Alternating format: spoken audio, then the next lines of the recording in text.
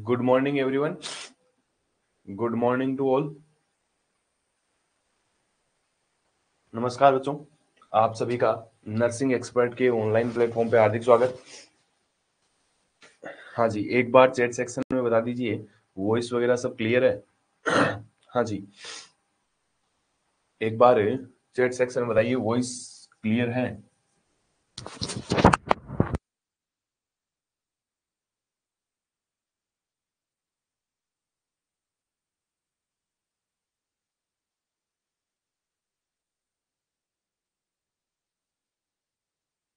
Good morning.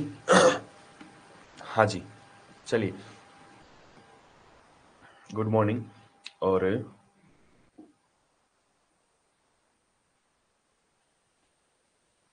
Okay, चलिए बताऊँ। My self Arun Kumar, और एट प्रेजेंट मैं ऋषिकेश एम्स में एज ए SNO पोस्टेड हूँ।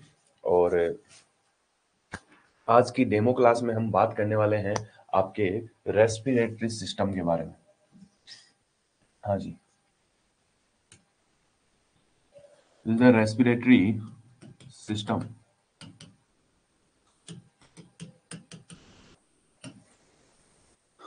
हाँ, अगर रेस्पिरेटरी सिस्टम की बात करूं, चलिए सबसे पहले आप लोग बताइए what is the respiratory system, what is the purpose of this system. हाँ, डेमो क्लास है, इसमें हम रेस्पिरेटरी सिस्टम के कुछ बेसिक बेसिक कॉन्सेप्ट के बारे में बात करेंगे, कुछ बेसिक बेसिक चीजों के बारे में बात करेंगे जो यहाँ से क्वेश्चंस एग्जाम में पूछे जाते हैं। वो क्वेश्चन किस पैटर्न के होते हैं, उन क्वेश्चंस में हमें क्या क्या स्पेसिफिक चीजें नोट करनी पड़ती है, उन सभी चीजों के बारे में अपन डिस्कस करने वाले हैं।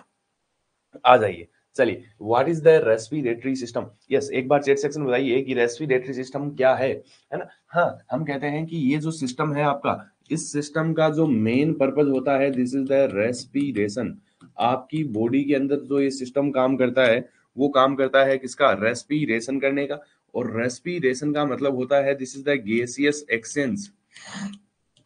गैसियस एक्सचेंज आपकी बॉडी के अंदर ये जो सिस्टम है वो गैस एक्सचेंज करवाने का काम करता है।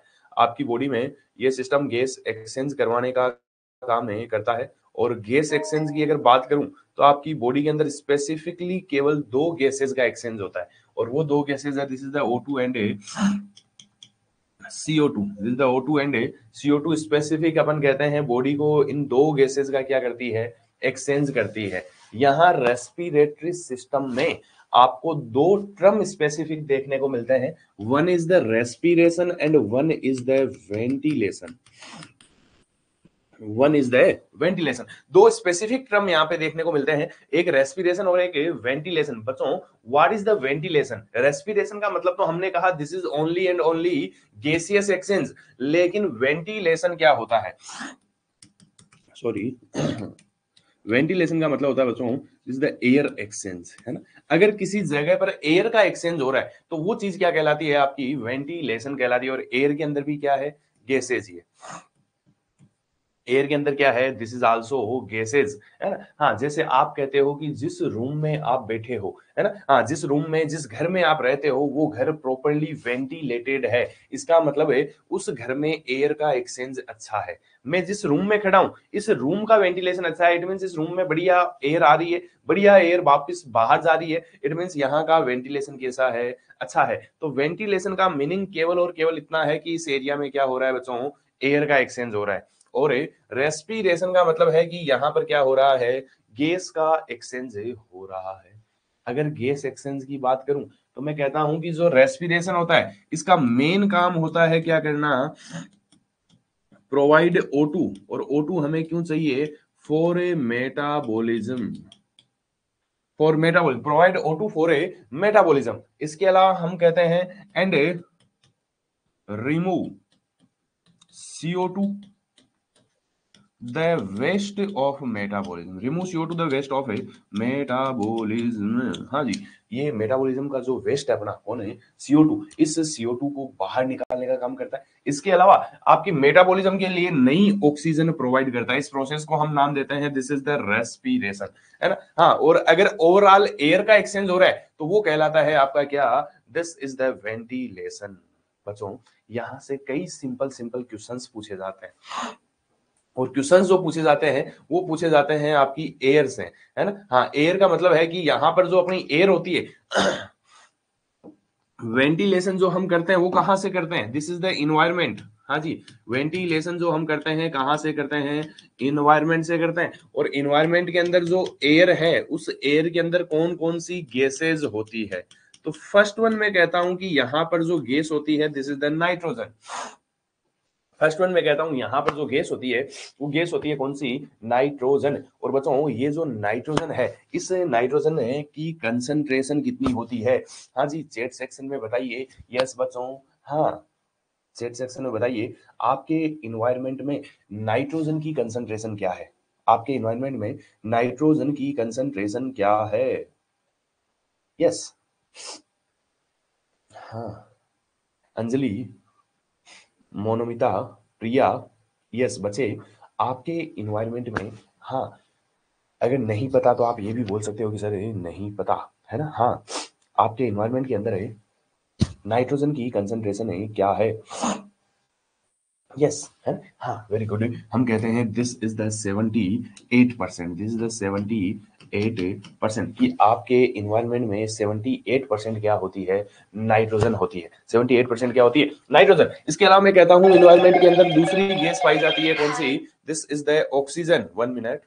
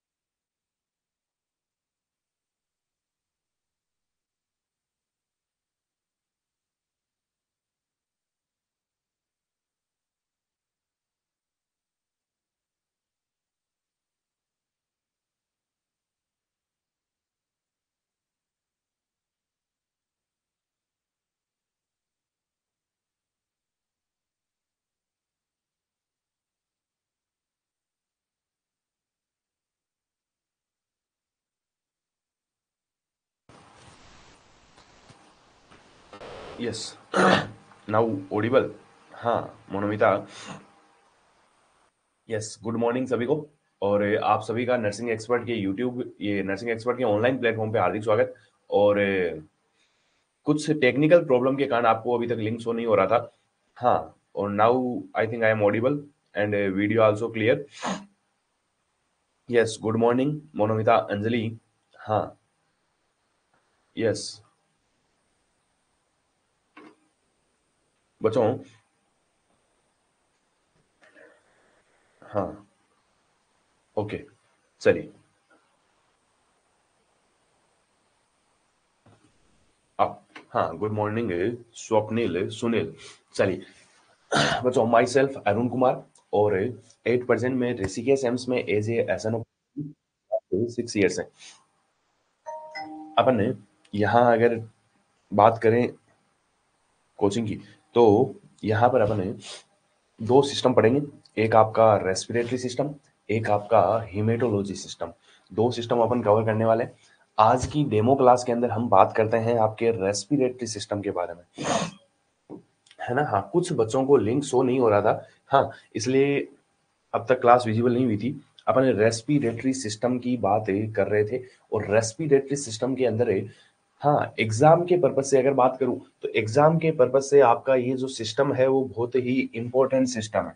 अगर आप अपने एग्जाम के प्रीवियस पेपर्स उठा के देखोगे, चाहे वो नोरसेट का हो, चाहे वो ईएसआईसी का हो, या वो किसी भी ऑटोनोमस बॉडी का हो, लाइक केजीएमयू, आरएमएल, किसी भी एग्जाम का अगर प्रीवियस पेपर उठा के देखोगे, तो आपको मिलेगा कि इस सिस्टम से एवरेज 6-7 क्वेश्चन आपके एग्जाम में पूछे जाते हैं, है ना। हाँ, आपको मोस्ट ऑफ क्वेश्चन ऐसे मिलेंगे जिनमें एयरवे से रिलेटेड क्वेश्चन होंगे, है ना। हाँ, कि आपके पर्सन के अंदर ये दिक्कत है, इसका एयरवे पेटेंट करने के लिए आप क्या करोगे, तो एयरवे से रिलेटेड आपको अच्छे खासे क्वेश्चन यहाँ पर देखने को मिलते हैं। चलिए आइए आगे बात करते हैं अपन हाँ, रेस्पिरेटरी सिस्टम जो है वो किस चीज के लिए बना है, इस सिस्टम का काम क्या है, आज की हम अपनी इस डेमो क्लास के अंदर बातें करेंगे कि इस सिस्टम से किस तरह के क्वेश्चंस आते हैं, क्या क्या यहाँ से इंपॉर्टेंट कॉन्सेप्ट है, किस तरह के इस सिस्टम के अंदर सिम्टम्स देखने को मिलेंगे। जो सिम्टम्स है वो किस किस बेसिस पे होंगे, क्या क्या उन सिम्टम्स के अंदर अपने को शो होगा, कौन सा सिम्टम किससे को रिलेट करेगा, ये सारी बातें आज की क्लास में अपन डेमो क्लास में करने वाले हैं, तो लास्ट तक बने रहिएगा। आओ, अपने कहा रेस्पिरेटरी सिस्टम बच्चों जो है वो मेनली किसके लिए होता है, रेस्पिरेशन के लिए होता है। और रेस्पिरेशन का मतलब होता है only and only gaseous exchange, only and only gaseous exchange. और गैस एक्सचेंज में हम कहते हैं कि मेनली 2 गैस का एक्सचेंज होता है, this is the O2 and CO2। अगर डेफिनेशन की बात करूं कि what is the respiratory system, तो मैं ये sorry what is the respiration, तो मैं कह सकता हूं कि इसका मतलब है प्रोवाइड करना क्या, ऑक्सीजन, किसके लिए, मेटाबॉलिज्म के लिए, मेटाबॉलिज्म के लिए ऑक्सीजन प्रोवाइड करना, और इसके साथ साथ रिमूव करना क्या, CO2, the waste of metabolism. जो आपकी मेटाबॉलिज्म के कारण वेस्ट बनता है ना, उस वेस्ट में एक वेस्ट प्रोडक्ट होता है CO2, उस CO2 को बाहर निकालना क्या कहलाता है, रेस्पिरेशन कहलाता है। Yes very good morning Rajbala. आओ आगे आओ बच्चों अपन कहते हैं कि ये जो मेटाबॉलिज्म का वेस्ट बनता है, ये बनता क्यों है, क्योंकि आपकी बॉडी में जो भी आप खा रहे हो, है ना, हाँ, वो जाकर के क्या करेगा, एटीपी प्रोडक्शन करेगा। उस एटीपी प्रोडक्शन के लिए अपने को क्या चाहिए, ऑक्सीजन चाहिए, है ना। हाँ, जिसे आप आगे पढ़ोगे, जब अपन सेल पढ़ेंगे, है ना, हाँ, सेल पढ़ेंगे तो अपन वहां पर एक बात करेंगे कि आपकी बॉडी के अंदर होता है ऑक्सीडेटिव मेटाबॉलिज्म। हाँ, ऑक्सीडेटिव मेटाबॉलिज्म, है ना। हाँ, कौन सा साइकिल, क्रेब्स साइकिल चलता है, जिसके कारण एटीपी का प्रोडक्शन होता है तो उस एटीपी प्रोडक्शन करने के लिए, एनर्जी प्रोडक्शन करने के लिए अपने को क्या चाहिए, ऑक्सीजन चाहिए। और जब एटीपी का प्रोडक्शन होगा, मेटाबॉलिज्म होगा, तो मेटाबॉलिज्म के कारण कुछ वेस्ट बनते हैं, जिन्हें हम मेटाबॉलिक वेस्ट कहते हैं। और इसके अंदर मेटाबॉलिज्म के कारण जो वेस्ट बनता है, उनमें से एक वेस्ट होती है आपकी, कौन है, CO2। कौन होती है बच्चों, CO2 होती है। एक चीज याद रखना कि बॉडी के जो वेस्ट होते हैं, उनमें मोस्ट ऑफ वेस्ट जो है उनका नेचर कैसा होता है, एसिडिक होता है। कैसा नेचर होता है, एसिडिक नेचर होता है बच्चों। एसिडिक नेचर का मतलब जैसे आपने पढ़ा होगा कि मेटाबॉलिज्म के और वेस्ट कौन से होते हैं, यूरिया, यूरिक एसिड, क्रिएटिनिन, वो भी कैसे हैं, एसिडिक है। अगर आपकी बॉडी में वेस्ट का लेवल बढ़ता है ना, हाँ, तो आपकी बॉडी में क्या हो जाता है, जैसे मेटाबॉलिक वेस्ट बढ़े, यूरिया बढ़ा, यूरिक एसिड बढ़ा, तो ये कोज करते हैं मेटाबॉलिक एसिडोसिस। वैसे ही अगर मैं कहूं कि ये CO2 का लेवल बढ़ जाए, बताओ, अगर किसी पर्सन के अंदर CO2 का लेवल बढ़ जाए तो हमें क्या देखने को मिलेगा? दिस इज द एसिडोसिस या एल्केलोसिस? हाँ जी, चैट सेक्शन में बताइए, अगर किसी पर्सन के अंदर CO2 का लेवल बढ़ जाए तो आपको क्या देखने को मिलेगा? हाँ,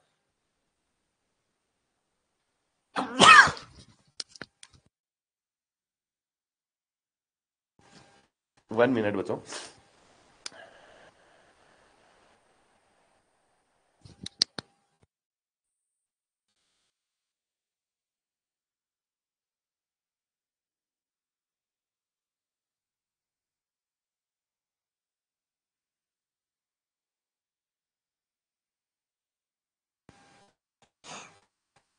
हाँ जी, आपकी बॉडी में अगर CO2 का लेवल बढ़ जाए तो आपको क्या देखने को मिलेगा? एसिडोसिस। कौन सा एसिडोसिस? यस, शाबाश, this is the respiratory acidosis, है ना? हाँ, this is the respiratory acidosis, this is the respiratory acidosis. चलो आओ, आगे आओ। हाँ, यस, सॉरी, हाँ बीच में हाँ स्क्रीन शायद ब्लर हो गई थी। Yes, this is the respiratory acidosis. क्यों? क्योंकि CO2 का नेचर कैसा है? एसिडिक है। बच्चों, जितने भी रेस्पिरेटरी डिसऑर्डर होते हैं, कोई सा भी डिसऑर्डर उठा लेना, हाँ, सब डिसऑर्डर के अंदर आपको क्या देखने को मिलता है? रेस्पिरेटरी एसिडोसिस देखने को मिलता है। जितने भी रेस्पिरेटरी डिसऑर्डर है, XYZ, कोई भी, जैसे COPD है, अस्थमा है, न्यूमोनिया है, कोई भी डिसऑर्डर की अगर आप बात करोगे तो आपको हमेशा हमेशा क्या देखने को मिलेगा? This is the respiratory acidosis. चलो आगे आओ, थोड़ी सी बात करते हैं अपन किसके बारे में? वेंटिलेशन के बारे में, है ना? हाँ, यहीं से एक टर्म डिस्क्राइब होता है, दिस द वेंटिलेशन। और वेंटिलेशन का मतलब होता है केवल क्या करवाना? एयर का एक्सचेंज करवाना। आगे आप पढ़ोगे, जब रेस्पिरेटरी सिस्टम में आगे चलेंगे अपन एंड पार्ट पे, तो अपन वहां पर डिस्कस करेंगे किसके बारे में? वेंटिलेटर के बारे में। हाँ, आप सबने देख रखा है वेंटिलेटर। वेंटिलेटर एक ऐसी मशीन होती है जो एयर का एक्सचेंज करवाती है। नॉर्मली आपकी बॉडी में जो एयर का एक्सचेंज होता है वो कौन करता है? लंग्स करता है। कौन करता है? लंग्स करता है। लेकिन अगर लंग्स नहीं कर पा रहे तो एक ऐसी मशीन की जरूरत पड़ती है, और उस मशीन को हम क्या नाम देते हैं? This is the ventilator.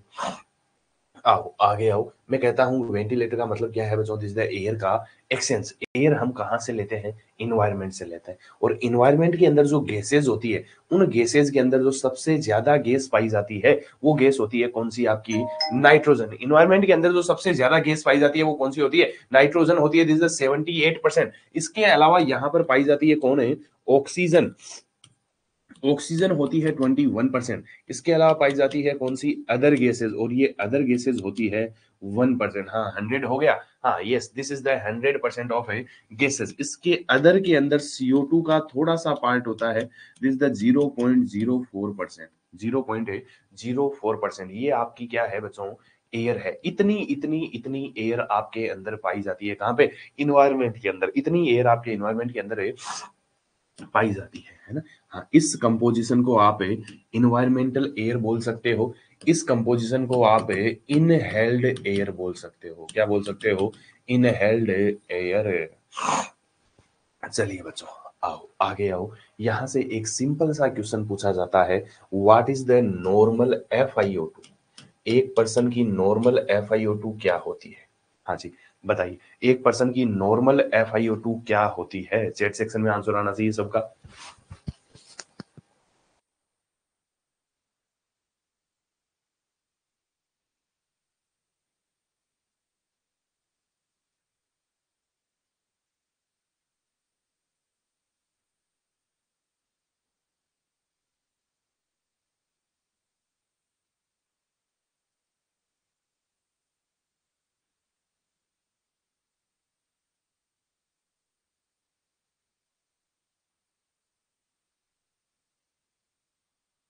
Yes, what is the normal FiO2? हाँ जी, क्या होती है FiO2?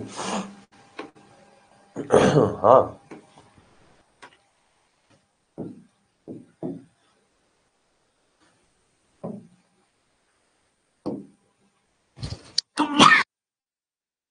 हाँ, सॉरी, FiO2 का मतलब होता है बच्चों, this is the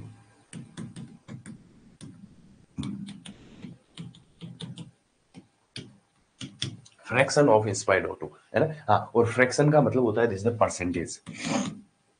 percentage. Inspired O2 का परसेंटेज क्या है ना? हाँ, what is the percentage of inspired O2 कि आपकी बॉडी के अंदर जो O2 है उसमें इंस्पायर्ड O2 का परसेंटेज क्या है, वो क्या कहलाती है बच्चों?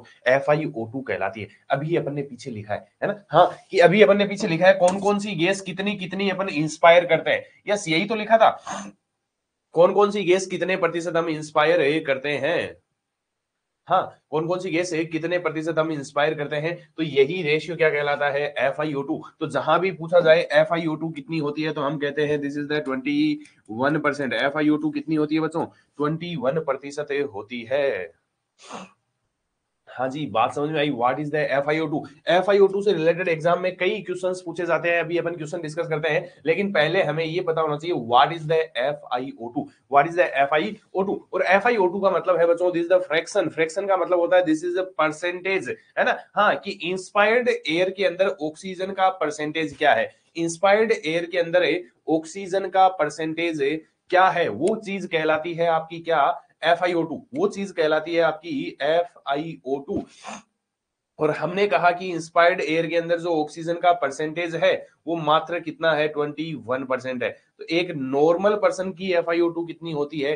21% होती है। चलो आगे सुनो काम की बात, यहां से दूसरी चीजें बनती है।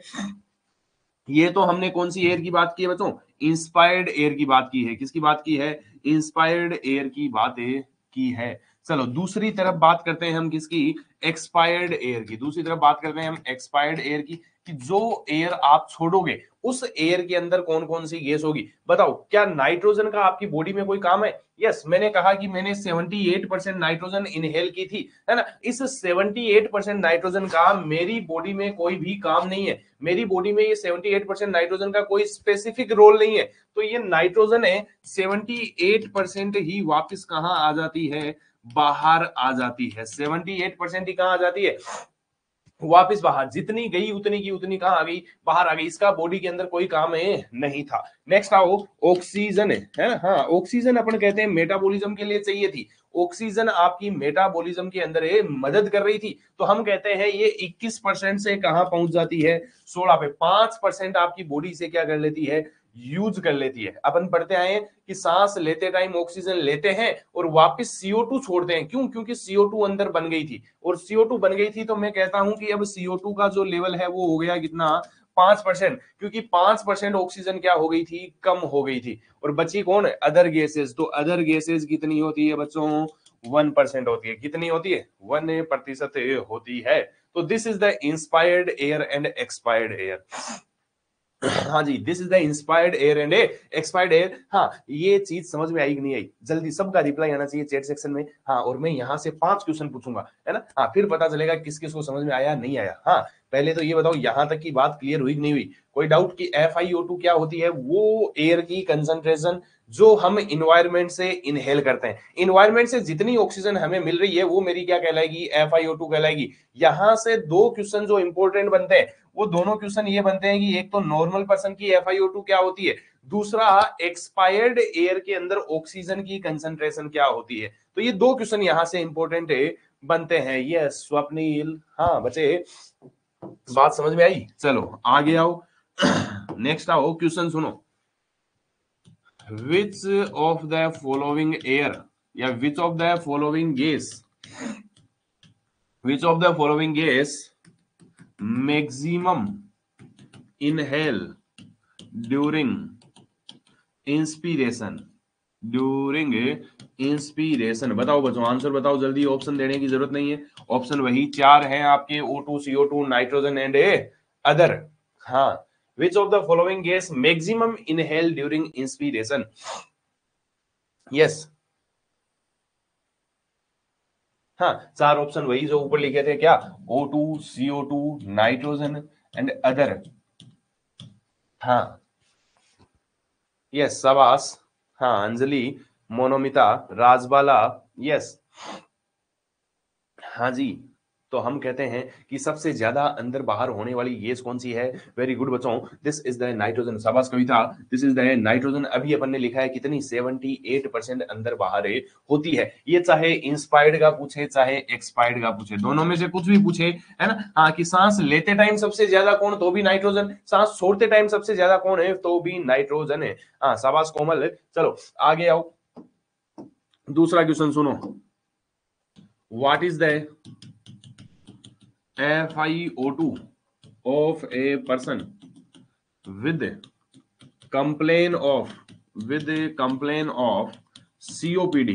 हाँ जी, थोड़ा सा क्वेश्चन को चेंज कर दिया, थोड़ा सा क्वेश्चन की लैंग्वेज को चेंज कर दिया कि एक बंदा जिसको COPD है, what is the FiO2 of a person with complain of COPD। COPD वाले पर्सन की FiO2 क्या होगी? और आपको यहाँ पे पहला ऑप्शन मिला है दिस इज द 16%, दूसरा ऑप्शन मिलता है दिस इज द 21%, तीसरा ऑप्शन मिलता है this is 40% and last option मिलता है दिस इज द 100%।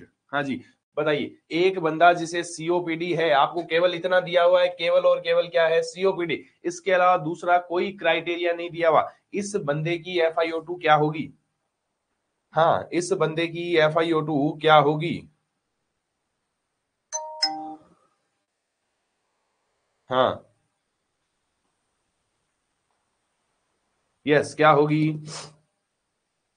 हाँ, स्वप्निल 16। ओके। हाँ, बाकी लोग? हाँ, मोनोमिता, कविता, राजबाला 21%। ओके। हाँ, और कोई?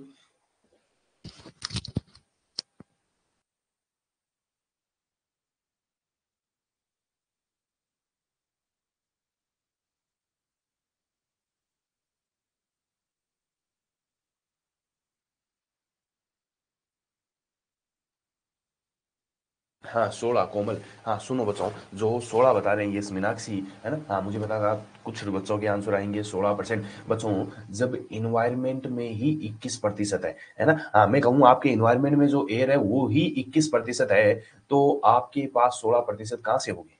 हाँ, है ना। हाँ, अगर मैं कहूं मुझे COPD हो गई, तो मुझे सांस कहां से लेना है? इन्वायरमेंट से लेना है, और इन्वायरमेंट में हमेशा कितनी रहती है? 21% ही हो जाती है। हाँ, FiO2 वो एयर है जो हम ले रहे हैं, तो लेने वाली हमेशा 21 ही रहेगी, 21 से कम कभी नहीं हो सकती। क्यों? कोई फिल्टर थोड़ी लगा है। हाँ, COPD हो गई तो मेरी रिक्वायरमेंट ज्यादा है, रिक्वायरमेंट ज्यादा है, मेरा सेचुरेशन कम होगा, है ना। हाँ, जो चीज कम होती है वो क्या होता है? SpO2 होता है। FiO2 पे कोई फर्क नहीं पड़ता। FiO2 जब तक आप इन्वायरमेंट से ले रहे हो, जब तक आप इन्वायरमेंटल एयर को इनहेल करते हो, तब तक आपकी FiO2 हमेशा कितनी रहती है? 21% रहती है। 21% से कम कभी नहीं होती है। ओके।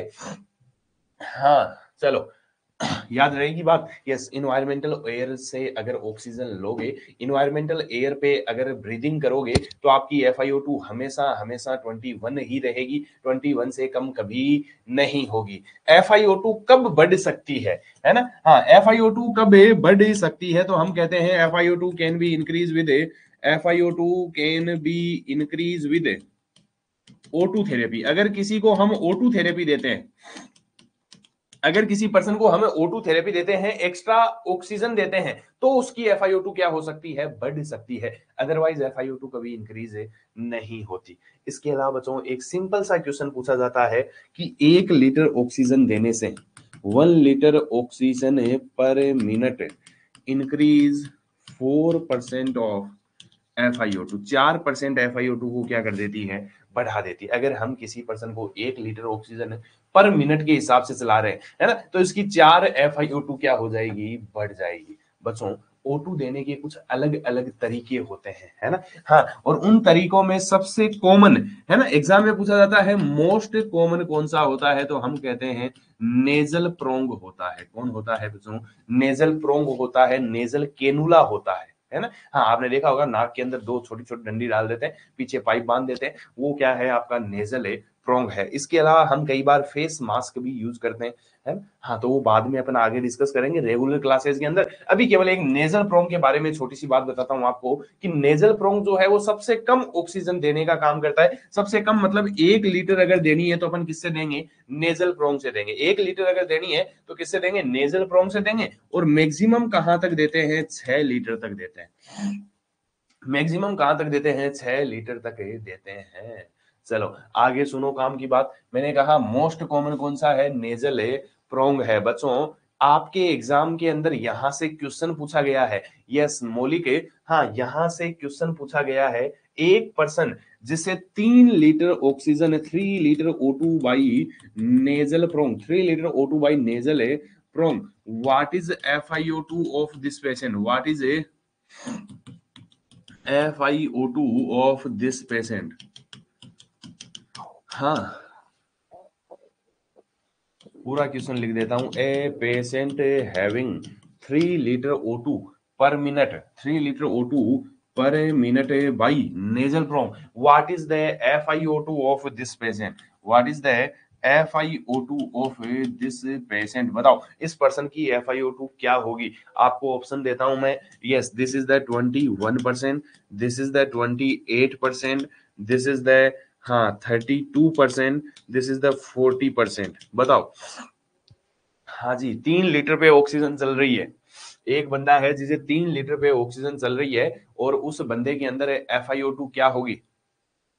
उस बंदे के अंदर FiO2 क्या होगी जिसको 3 लीटर पे क्या चल रही है? ऑक्सीजन चल रही है। यस हाँ किससे चल रही है? नेजल प्रोंग से चल रही है। हाँ अभी मैंने कहा था, ऊपर लिखा है, जस्ट इसके ऊपर लिखा है 1 लीटर क्या करता है? हाँ अपन ने अभी जस्ट लिखा है 1 लीटर O2 इंक्रीज 4% FiO2 कितनी बढ़ा देती है बच्चों? 4% बढ़ा देती है ना? हाँ और 4% बढ़ा देती है तो 3 लीटर कितनी बढ़ाएगी? 3 लीटर बढ़ा देगी कितनी? 12%। अरे 1 लीटर से 4% बढ़ेगा तो 3 से कितना बढ़ जाएगा? 12% बढ़ जाएगा। और 12% बढ़ जाएगा तो 12 प्लस 21 कहां से ले रहा था? इन्वायरमेंट से ले रहा था। 21 कहां से ले रहा था? इन्वायरमेंट से। तो टोटल कितनी हो गई? 33 हो गई। 33 के आसपास का ऑप्शन कौन सा है? यस 33 के आसपास का ऑप्शन है दिस इज द 32। जो 32 इट मींस इसका आंसर क्या होगा? 32% होगा, है ना? हाँ बच्चों जब आप क्वेश्चन करोगे तो आपको इस पैटर्न के कई क्वेश्चन मिलेंगे जहां आपको FiO2 पूछी जाती है। बताओ चलो यहीं से क्वेश्चन पूछता हूं मैं आपको। एक बंदा जिसमें नेजल प्रोंग लगा हुआ है, ध्यान से सुनना, एक बंदा जिसमें नेजल प्रोंग लगा हुआ है इसको मैक्सिमम FiO2 कितनी डिलीवर कर सकते हो? यस एक बंदा जिसे नेजल प्रोंग लगा हुआ है इस बंदे को मैक्सिमम FiO2 कितनी डिलीवर कर सकते हो? सर 18 होगा ना? स्वप्निल यस सुनो स्वप्निल हाँ हाँ अभी बात करते हैं स्वप्निल तुम्हारे क्वेश्चन की। यस पहले जो मैंने बताया 3% है तो हाँ 3% नहीं है, 3 लीटर पर मिनट है। हाँ 1 लीटर से 4% बढ़ते हैं। हाँ अभी स्वप्निल बात करता हूं तुम्हारी। हाँ बताओ मैक्सिमम कितनी FiO2 दे सकते हैं? मैक्सिमम कितनी FiO2 दे सकते हैं नेजल प्रोंग से?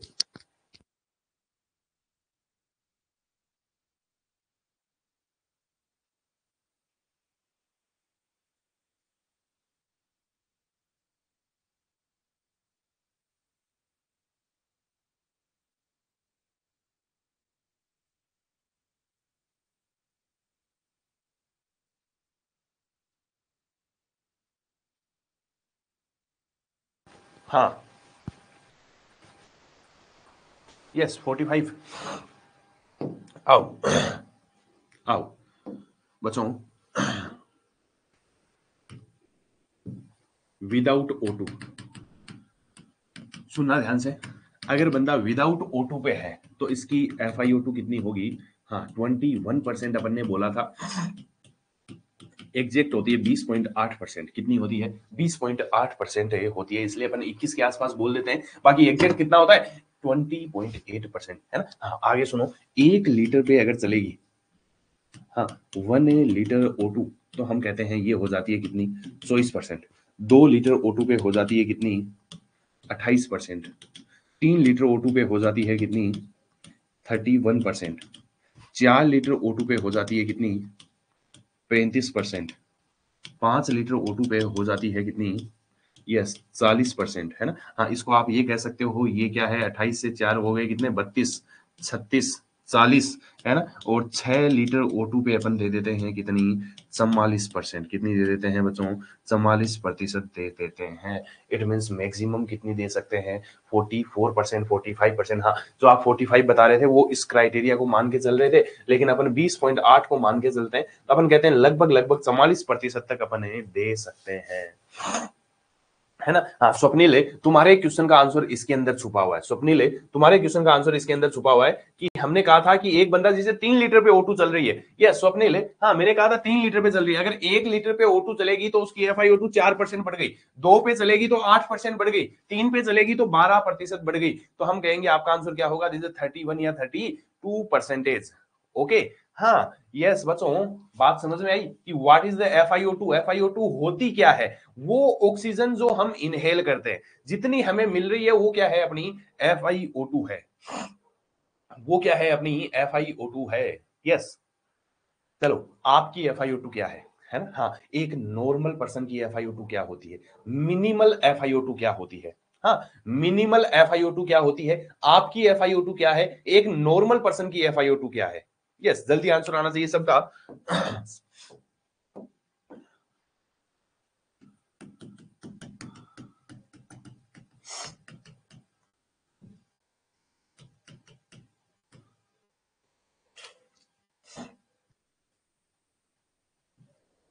हाँ, जल्दी आंसर आना चाहिए सबका। 21%। शाबाश। ए पेशेंट रिसीविंग। हाँ, थोड़ा सा क्वेश्चन सुनना ध्यान से। ए पेशेंट रिसीविंग, है ना, कि हाँ मिनिमल FiO2 का मतलब है कि FiO2 हमेशा 21% ही होती है, 21% से कम किसी भी कंडीशन में नहीं होती है।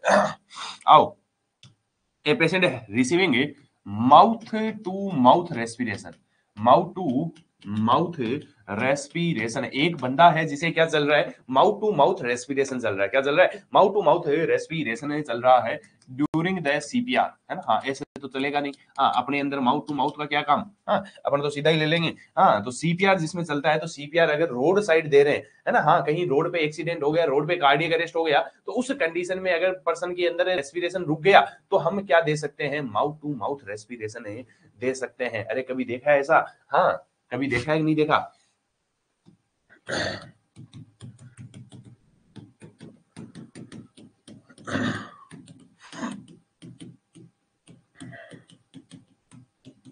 यस, है ना। हाँ, कसर ये देखने का काम नहीं पड़ा, है ना। हाँ, ये चीजें देखने को नहीं मिलती है। ये चीजें केवल और केवल कहाँ हो सकती है, मूवीज के अंदर हो सकती है। मूवीज के अंदर आपने देखा होगा कि बेचारी हीरोइन डूब जाती है ना। हाँ, हीरो जाता है, बढ़िया नदी से निकाल के लाता है, फिर क्या देता है, माउथ टू माउथ रेस्पिरेशन देता है ना। हाँ, उसको लगता है कि मेरी जान बचा दी। यस, हाँ। आओ सुनो, आजकल माउथ टू माउथ का कंसेप्ट खत्म कर दिया गया है। आजकल जो कंसेप्ट चल रहा है वो क्या चल रहा है, this is the mouth to mask respiration. एक पॉकेट मास्क आता है, उस पॉकेट मास्क की मदद से अपन क्या देते हैं, रेस्पिरेशन देते हैं। तो आजकल जो कॉन्सेप्ट चल रहा है वो कौन सा है, माउथ टू मास्क का है। ओके, हाँ बाकी रोड साइड अपन कहीं पर जा रहे हैं, है ना, रोड साइड कहीं पे जा रहे हैं, तो अपन कभी भी प्रेफर नहीं करते कि माउथ टू माउथ रेस्पिरेशन दे दे, है ना। हाँ, आपने देखा होगा कि रोड साइड अगर जा रहे हैं और किसी बंदे को अगर कार्डियक अरेस्ट हो गया, कुछ भी हो गया, है ना, हाँ अगर बंदा अनकॉन्शियस पड़ा है, उसे सांस की जरूरत है, तो हमें कहा जाता है कि केवल आप क्या कर सकते हो, CPR कर सकते हो, आपको रेस्पिरेशन नहीं देना। क्यों, हो सकता है बंदे को TB हो रखी हो सकता है बंदे को कोविड हो रखा हो, अपन उसकी जान बचाने के चक्कर में खुद इन्फेक्शन लेके आ गए, है ना। हाँ, खुद की safety is the first priority. आपकी पहली प्रायोरिटी होती है खुद की सेफ्टी। अगर आप सही रहोगे तो आप किसी और को भी सही कर सकते हो, लेकिन अगर आपने इन्फेक्शन ले लिया तो कुछ टाइम बाद आपके पता चला क्या हो गया, हाँ TB हो गई, कोविड हो गया। इसलिए हम माउथ टू माउथ प्रेफर नहीं करते हैं, है ना। हाँ, क्या प्रेफर करते हैं, माउथ टू मास्क प्रेफर करते हैं। ये केवल तभी प्रेफर किया जा सकता है जब अपना कोई रिलेटिव हो, है ना, हाँ नोन हो, वरना पता चला कि रोड साइड किसी को दे रहे और सामने वाला बंदा कैसा निकल जाए। हाँ, टीबी कोविड तो चलो फिर भी ठीक है, पता चला कि सामने वाले बंदे के अंदर क्या हो गई थी, चोकिंग, किसके कारण, जुबा केसरी, है ना। हाँ, हेड देखा ना, जुबा केसरी। हाँ, पता चला माउथ टू माउथ दे रहे, बंदा वैसा निकल गया। आओ, what FiO2 deliver to this patient, 16%, 21%, 40%, हाँ 32%, बताओ। हाँ, इस बंदे को कितनी FiO2 डिलीवर होती है। हाँ, माउथ टू माउथ का मतलब क्या है कि मेरी जो एक्सपीरेशन वाली ब्रीथ है ना, हाँ मेरी जो एक्सपीरेशन वाली ब्रीथ है वो उस बंदे को मिल रही है, और वो उस बंदे को मिल रही है बच्चों, तो वो कितनी है 16% है। वो कितनी है 16%। मैंने सांस लिया तो मुझे मिली 21%, है ना, हाँ मुझे जो मिल रही थी वो कितनी थी 21%, लेकिन मैं जो सामने वाले बंदे को दूंगा वो कितनी होगी 16% होगी, है ना। हाँ तो ये क्वेश्चन भी एग्जाम में आपके पूछा हुआ क्वेश्चन है कि एक नॉर्मल पर्सन की FiO2 कितनी होती है। और इसके अलावा एक बंदा CPR के दौरान माउथ टू माउथ या माउथ टू मास्क दे रहे हैं तो उस टाइम उसकी FiO2 कितनी होती है। इसके अलावा पूछे जाते हैं कि इतने लीटर पे ऑक्सीजन है तो FiO2 कहां तक हो सकती है। चलो आओ आगे आओ बच्चों, ये थी सारी की सारी किससे रिलेटेड बात है, FiO2 से रिलेटेड बात, रेस्पिरेशन से रिलेटेड बात। इसके अलावा हम कहते हैं किससे, वेंटिलेशन से रिलेटेड बात। हाँ ये वेंटिलेशन से रिलेटेड अपन ने एयर की कंसंट्रेशन की बात की है। नेक्स्ट आओ SpO2, एक छोटा सा टर्म डिस्कस करते हैं, इज द SpO2। बताओ क्या होता है SpO2, what is the SpO2। हाँ what is the SpO2।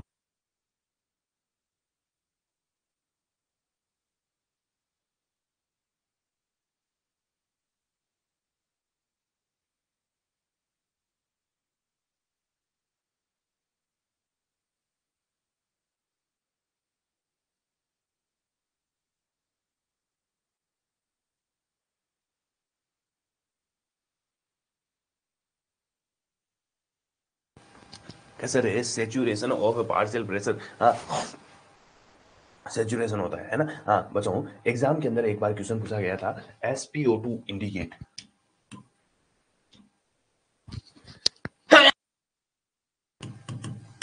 SpO2 indicates, SpO2 क्या इंडिकेट करता है ना। हाँ एंड पेरिफेरल लेवल, सुनो ध्यान से, SpO2 का मतलब होता है बच्चों, it indicate concentration of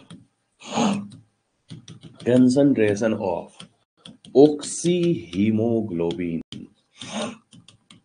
concentration of oxyhemoglobin, concentration of oxyhemoglobin and this is the SpO2।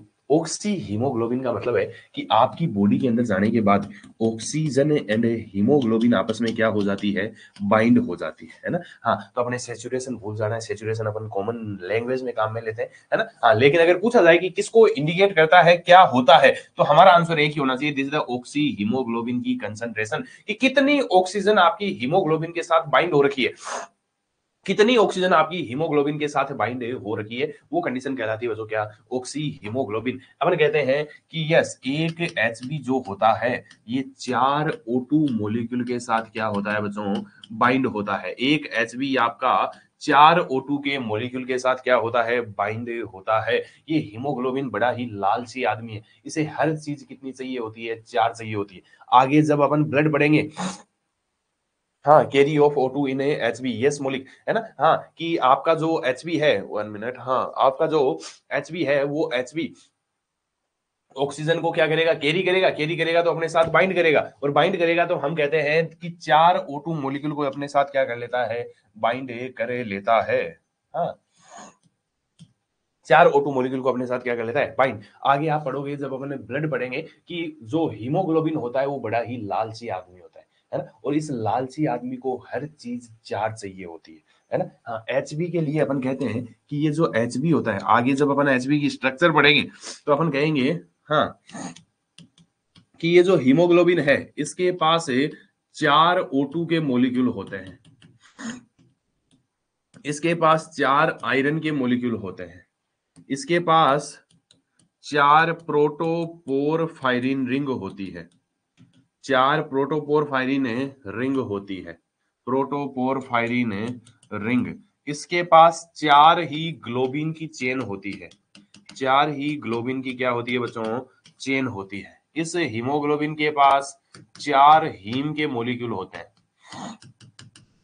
है ना। हाँ इसे हर चीज कितनी चाहिए होती है, 4 चाहिए होती है ना। हाँ, इसे हर चीज 4 चाहिए होती है, इसके पास हर सब कुछ क्या है, 4 O2 मॉलिक्यूल के साथ जुड़ेगा, 4 आयरन है, 4 प्रोटोपोरफायरिन रिंग है, 4 हीम के मॉलिक्यूल है, और 4 ही क्या है, ग्लोबिन है चेन है। आगे हीमोग्लोबिन के बारे में अपन डिटेल से बातें करेंगे। तो ये जो हीमोग्लोबिन ऑक्सीजन के साथ जुड़ता है इसे हम कहते हैं ऑक्सी हीमोग्लोबिन, है ना। हाँ, और ये जो ऑक्सी हीमोग्लोबिन है उसी की कंसंट्रेशन को देखना क्या कहलाता है, SpO2 कहलाता है। क्या कहलाता है, SpO2 कहलाता है। चलिए आगे आओ, हाँ लिख लो। इसके बाद आगे आओ, कई बार एग्जाम में क्वेश्चन ऐसे छोटे छोटे पूछे जाते हैं कि एक एचबी कितने O2 मॉलिक्यूल के साथ जुड़ता है ना। एक हीमोग्लोबिन में कितने आयरन के मॉलिक्यूल पाए जाते हैं, है ना। हाँ, तो दिस इज द 4। कुछ भी पूछ लिया जाए वो क्या होगा, 4 होगा। चलिए आगे आ जाओ, अगला क्वेश्चन सुनो, है ना। हाँ, एक क्वेश्चन रेस्पिरेशन से रिलेटेड और पूछा जाता है, और रेस्पिरेशन से रिलेटेड क्वेश्चन पूछा जाता है कि the exchange of gases, the exchange of gases between external environment, the exchange of gases between external environment and lungs is known as, external environment और लंग्स के बीच में जो गैसेस का एक्सचेंज होता है, एक्सटर्नल इन्वायरमेंट और लंग्स के बीच में जो गैसेस का एक्सचेंज होता है उसे हम क्या कहते हैं, उसे हमें क्या नाम देते हैं। यस, हाँ बच्चों, यहाँ पे आपको ऑप्शन मिलता है, this is the external respiration. हाँ, this is the external respiration. दूसरा ऑप्शन मिलता है, this is the internal respiration. हाँ, इसके अलावा मिलता है, this is the pulmonic respiration. And fourth one option मिलता है, this is the cellular respiration. Cellular respiration, yes. बताओ, हाँ, the exchange of gases between external environment and lungs is known as, हाँ क्या कहेंगे, हाँ एक्सटर्नल इन्वायरमेंट और lungs के बीच में जो एक्सचेंज होता है उसे हम क्या नाम से जानते हैं। यस, मौलिक एक्सटर्नल, मोनोमिता एक्सटर्नल, हाँ Amritansh internal. Okay, yes Swapnil क्या होगा, हाँ बाकी लोग सबका रिप्लाई आना चाहिए बच्चों। हाँ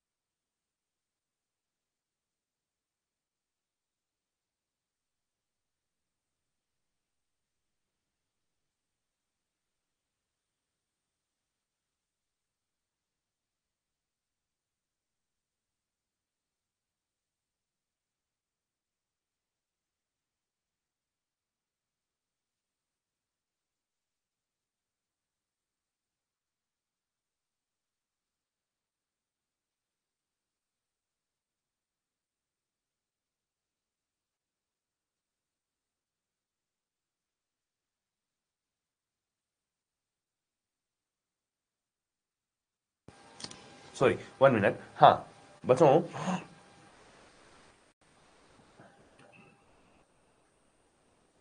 हाँ नाउ ऑडिबल, ओके सॉरी। हाँ सुनो, मैं कहता हूं कि अगर आप कॉन्शियस माइंड से कोई क्वेश्चन अटेम्प्ट करते हो, है ना, हाँ कॉन्शियस माइंड से अगर कोई क्वेश्चन अटेम्प्ट करते हो तो वो आपका सिर्फ एक बार गलत होगा। आप में से बहुत से बच्चे ऐसे होंगे जिन्होंने पेपर दे रखे हैं, है ना। हाँ, कुछ ऐसे भी होंगे जो फ्रेशर हैं, ठीक है। हाँ, कुछ ऐसे भी होंगे जो अभी 4th ईयर में है ना। हाँ, जब बच्चों आप पेपर दोगे और आप देखोगे कि जब अपन पेपर कॉन्शियस माइंड से दे रहे हैं, आपने कोई क्वेश्चन अटेम्प्ट किया और वो क्वेश्चन आपका गलत हो गया, है ना। हाँ, और कुछ टाइम बाद आपको पता चल गया कि ये जो वाला ये क्वेश्चन था ये मेरा गलत हुआ है ना। हाँ, तो जब मन से क्वेश्चन करते हैं वो गलत होता है ना, तो यहाँ दिल पे चोट लगती है आदमी, है ना, ईगो हर्ट होता है। और ईगो हर्ट होता है तो वो गारंटी देता हूं वो दोबारा क्वेश्चन कभी गलत नहीं होगा। जब भी क्लास में कोई क्वेश्चन डिस्कस होता है तो कोशिश किया करो कि उसका आंसर हम दे। अगर हमें आता है तो हम एकदम सोच के दें। अगर हमें नहीं आ रहा तो हमें कोशिश करें उसको समझने की, है ना। हाँ, तुक्का मारने की। अगर तुक्का भी मारोगे तो आप लास्ट तक वेट करोगे कि मेरा तुक्का सही हुआ कि नहीं हुआ। होता कि नहीं होता, कहीं पर हम ऐसे ही तुक्का मार देते हैं, फिर हम उस क्वेश्चन का लास्ट तक वेट करते हैं रेशनल का कि यस ये मेरा सही हुआ या नहीं हुआ। अगर नहीं हुआ तो क्यों नहीं हुआ, और हुआ तो क्यों नहीं हुआ, है ना। हाँ, अगर आप किसी क्वेश्चन का आंसर देते हो तो आपका इंटरेस्ट उसके अंदर अपने आप बढ़ जाता है ना। हाँ, चीजें सिर्फ एक बार गलत होती है। अब आपके ऊपर डिपेंड करता है कि आप गलत यहाँ करना चाहते हो या एग्जाम में करना चाहते हो। अगर यही क्वेश्चन एग्जाम में आ गया तो इसको आप ऐसे ही छोड़ के आना है ना। हाँ, अगर आपने यहाँ पर इसका आंसर दिया है तो इट मीन आपको जिंदगी भर याद रहेगा कि इसका आंसर क्या होने वाला है। ओके, हाँ, तो आगे से याद रखना कि जब भी क्लास में कोई क्वेश्चन डिस्कस होता है तो उसका आंसर जरूर करना है ना। हाँ, चाहे आए नहीं आए, चाहे तुक्का मारना पड़े, कुछ भी करना पड़े, लेकिन उसका आंसर जरूर ही देना है। आओ आगे आओ, सुनो। The exchange of gases between external environment and lungs most of, हाँ अभी तक जिन्होंने नहीं दिए बोल जाओ अब तो, है ना। हाँ, अब तो थोड़ी शर्म कर लो। यस, हाँ सर हम केवल और केवल सुनने आ रखे हैं, है ना। हाँ, यस सर, आओ सुनो, ध्यान से सुनो।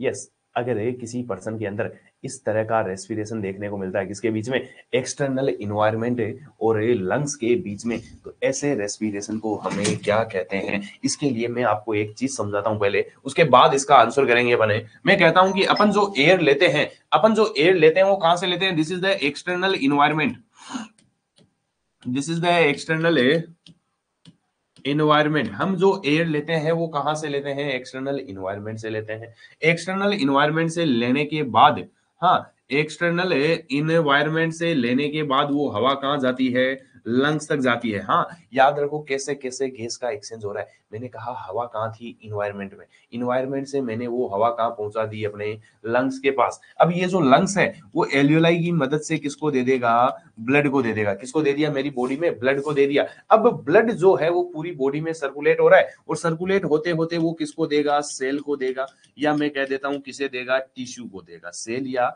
टिश्यू को देगा। ये सेल और टिश्यू जो है उनको ऑक्सीजन क्यों चाहिए थी, मेटाबॉलिज्म के लिए चाहिए थी। तो ये इसका क्या करेंगे, मेटाबॉलिज्म करेंगे। क्या करेंगे बच्चों, दिस इज द मेटाबॉलिज्म। और मेटाबॉलिज्म करेंगे तो क्या होगा, CO2 प्रोड्यूस होगी। अभी अपन ने डेफिनेशन में लिखा था स्टार्टिंग में कि मेटाबॉलिज्म के कारण क्या प्रोड्यूस होता है, CO2 प्रोड्यूस होती है। सुनना ध्यान से वापस, मैंने कहा कि यहां ऑक्सीजन थी इन्वायरमेंट में, ऑक्सीजन इन्वायरमेंट से आई लंग्स में, लंग्स से गई ब्लड में, ब्लड से गई सेल टिश्यू के पास, इन्होंने मेटाबॉलिज्म किया और क्या बन गई आपकी, CO2 बन गई। क्या बन गई, CO2 बन गई। अब ये CO2 किसके पास पड़ी है, सेल के पास पड़ी है। सेल किसको दे देगी, ब्लड को दे देगी, ब्लड किसको दे देगा, लंग्स को दे देगा, लंग्स वापिस कहां छोड़ देगा, एक्सटर्नल इन्वायरमेंट में छोड़ देगा। किस में छोड़ देगा, एक्सटर्नल इन्वायरमेंट में छोड़ देगा। बच्चों बताओ कि जब एक्सटर्नल इन्वायरमेंट से हवा आ रही थी तो केवल ऑक्सीजन और CO2 ही आ रही थी या कुछ और भी आ रहा था। यस, इनके बीच में जो एक्सचेंज हो रहा था,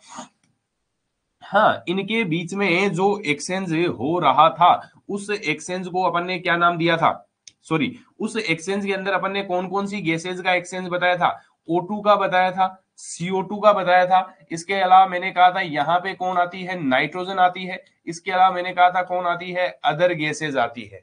हाँ, ये चीज अभी अपन पहले लिख के आए हैं कि यहाँ जो एक्सचेंज होता है किस किस के बीच में, हाँ किस किस के बीच में, इन्वायरमेंट और लंग्स के बीच में। लंग्स तक तो नाइट्रोजन जाती है, लेकिन यहां के बाद केवल और केवल कौन जाती है, O2 एंड CO2। दूसरी किसी गैस का कोई रोल नीचे की तरफ नहीं होता है, दूसरी कोई गैस ब्लड में नहीं जाती है। लंग्स तक जरूर कौन जाती है, नाइट्रोजन जाती है। और बच्चों जब सारी एयर का एक्सचेंज होता है तो इस प्रोसेस को अपन कहते हैं वेंटिलेशन। क्या कहते हैं, वेंटिलेशन कह सकते हैं, है ना। हाँ, चारों एयर का अगर एक्सचेंज हो रहा है तो उसे हम नाम दे सकते हैं वेंटिलेशन। और ये वेंटिलेशन किसका हो रहा है, लंग्स का हो रहा है। हाँ, मैंने कहा था कि आप जिस कमरे में बैठे हो उस कमरे में हवा अच्छे से आ रही है और जा रही है, तो आप कहते हो कि मेरा घर प्रॉपर्ली वेंटिलेटेड है, मेरा रूम प्रॉपर्ली वेंटिलेटेड है। तो वेंटिलेशन का मतलब होता है हवा का आना और हवा का चले जाना। यहाँ हवा जो आ रही है वो किसके पास आ रही है, लंग्स के पास आ रही है।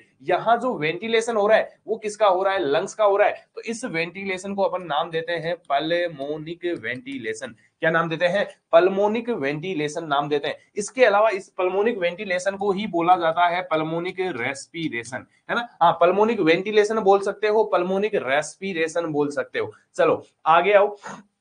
मैंने कहा पल्मोनिक रेस्पिरेशन के थ्रू जो हवा थी, जो आपकी ऑक्सीजन थी, वो कहां तक पहुंच गई है, हाँ वो ऑक्सीजन पहुंच गई है कहां तक है, आपके लंग्स तक। अब लंग्स तक ऑक्सीजन अगर पहुंच गई तो इस ऑक्सीजन को भेजना है ब्लड के पास। तो लंग्स और ब्लड के बीच में जो एक्सचेंज होता है बच्चों, इस एक्सचेंज को कहते हैं एक्सटर्नल रेस्पिरेशन। क्या कहते हैं, एक्सटर्नल रेस्पिरेशन कहते हैं। किसको, लंग्स और ब्लड के बीच में जो हो रहा है, जो यहां पर एक्सचेंज हो रहा है, this is the external respiration.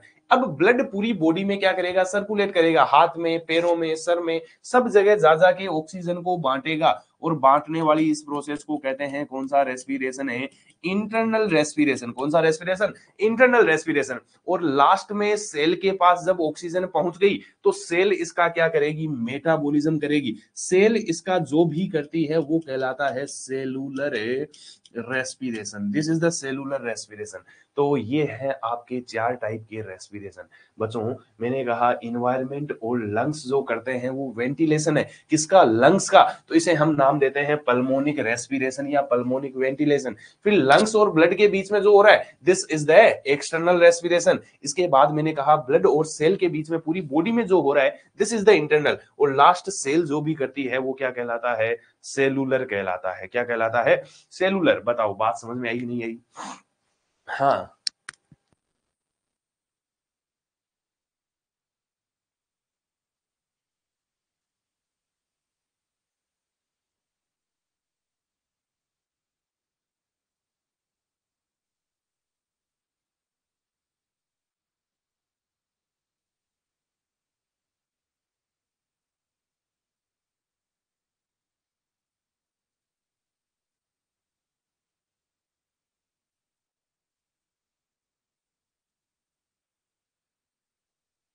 हाँ जी, क्लियर। सॉरी। हाँ सॉरी। हाँ जी, क्लियर। यस। चलो आओ अब क्वेश्चन के आंसर पे आओ। हाँ,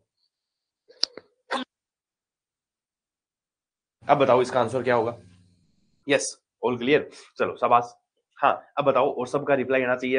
अब अपन ने पूरी बात पढ़ ली है कि एक्सटर्नल इन्वायरमेंट और लंग्स के बीच में जो एक्सचेंज हो रहा है वो कौन सा कहलाएगा। हाँ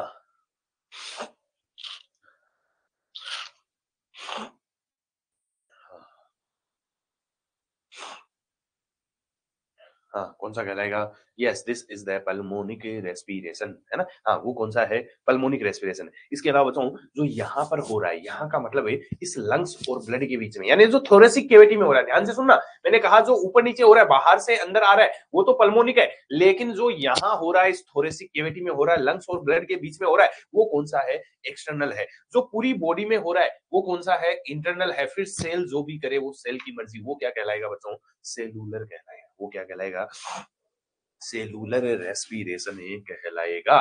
तो ये बच्चों चार टाइप होते हैं रेस्पिरेशन के। अगर आपको याद हो, आपने 11 12th के अंदर पढ़ा होगा बच्चों।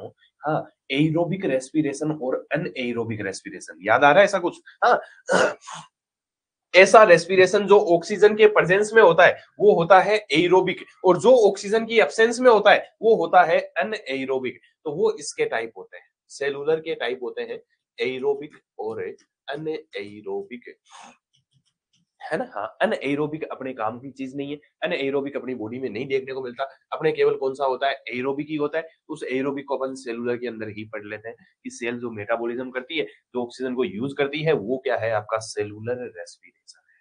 चलिए बच्चों, ये था आपका क्या, yes this is the about the respiratory system introduction, है ना, कि इसमें अपने को क्या क्या चीजें देखने को मिलेगी। आगे जब हम रेगुलर क्लासेस के अंदर पढ़ेंगे तो हम इसके फंक्शन के बारे में, है ना, इसके एनाटॉमिकल पोर्शन के बारे में डिटेल से बातें करेंगे। इसके अलावा एक छोटी सी डिजीज है ना, हाँ, छोटी सी डिजीज का मतलब इंपॉर्टेंट डिजीज है ना, हाँ, यहाँ से सबसे ज्यादा क्वेश्चन जिस डिजीज से आते हैं वो डिजीज है सीओपीडी बच्चों। एनएरोबिक किसमें होती है ना, एनएरोबिक बैक्टीरियाज होते हैं बच्चे। कुछ बैक्टीरियाज ऐसे होते हैं जो बिना ऑक्सीजन की प्रेजेंस के काम नहीं कर सकते हैं, जिन्हें ऑक्सीजन की जरूरत ही नहीं पड़ती है ना, हाँ, उनके अंदर एनएरोबिक रेस्पिरेशन चलता है ना, हाँ, मनुष्य जो है उसे जीने के लिए क्या चाहिए, ऑक्सीजन चाहिए, बिना ऑक्सीजन उसका काम चल नहीं सकता है। ओके, हाँ, तो अपने अंदर कौन सा चलेगा, एरोबिक ही चलेगा। आओ नेक्स्ट आओ सीओपीडी, बताओ बच्चों what is the COPD, COPD क्या होता है, हाँ, सीओपीडी क्या होता है, यस बताइए, चैट सेक्शन बताइए व्हाट इज द सीओपीडी। हाँ, सबसे इंपॉर्टेंट डिजीज अगर रेस्पिरेटरी सिस्टम की कोई है तो वो है सीओपीडी। अगर इसकी बात करें तो यहाँ पर आपको वो सारे सिम्टम देखने को मिलते हैं जो रेस्पिरेटरी सिस्टम के होते हैं, जो सारी डिजीजों के सिम्टम है वो सारे के सारे सिम्टम अपने को यहाँ पर देखने को मिलते हैं, है ना, हाँ, आओ बताओ सीओपीडी क्या होती है।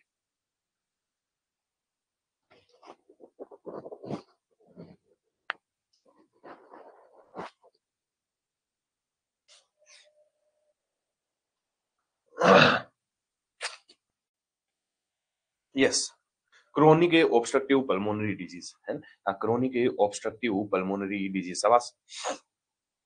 हाँ, सुनो ध्यान से, इधर आओ। हाँ बच्चों, देखो लिखने का तो वैसे ही काम नहीं है ना, हाँ, लिखने की चीजें अपन करेंगे रेगुलर क्लासेस के अंदर, रेगुलर क्लासेस के अंदर अपन सारी चीजों को डिटेल से लिखेंगे। अभी केवल आपको ये चीजें सुननी है ना, और गारंटी दे रहा हूँ अगर ये चीजें आपने सुनी तो आपके रेस्पिरेटरी सिस्टम के आधे से ज्यादा कॉन्सेप्ट इजीली क्लियर हो जाएंगे।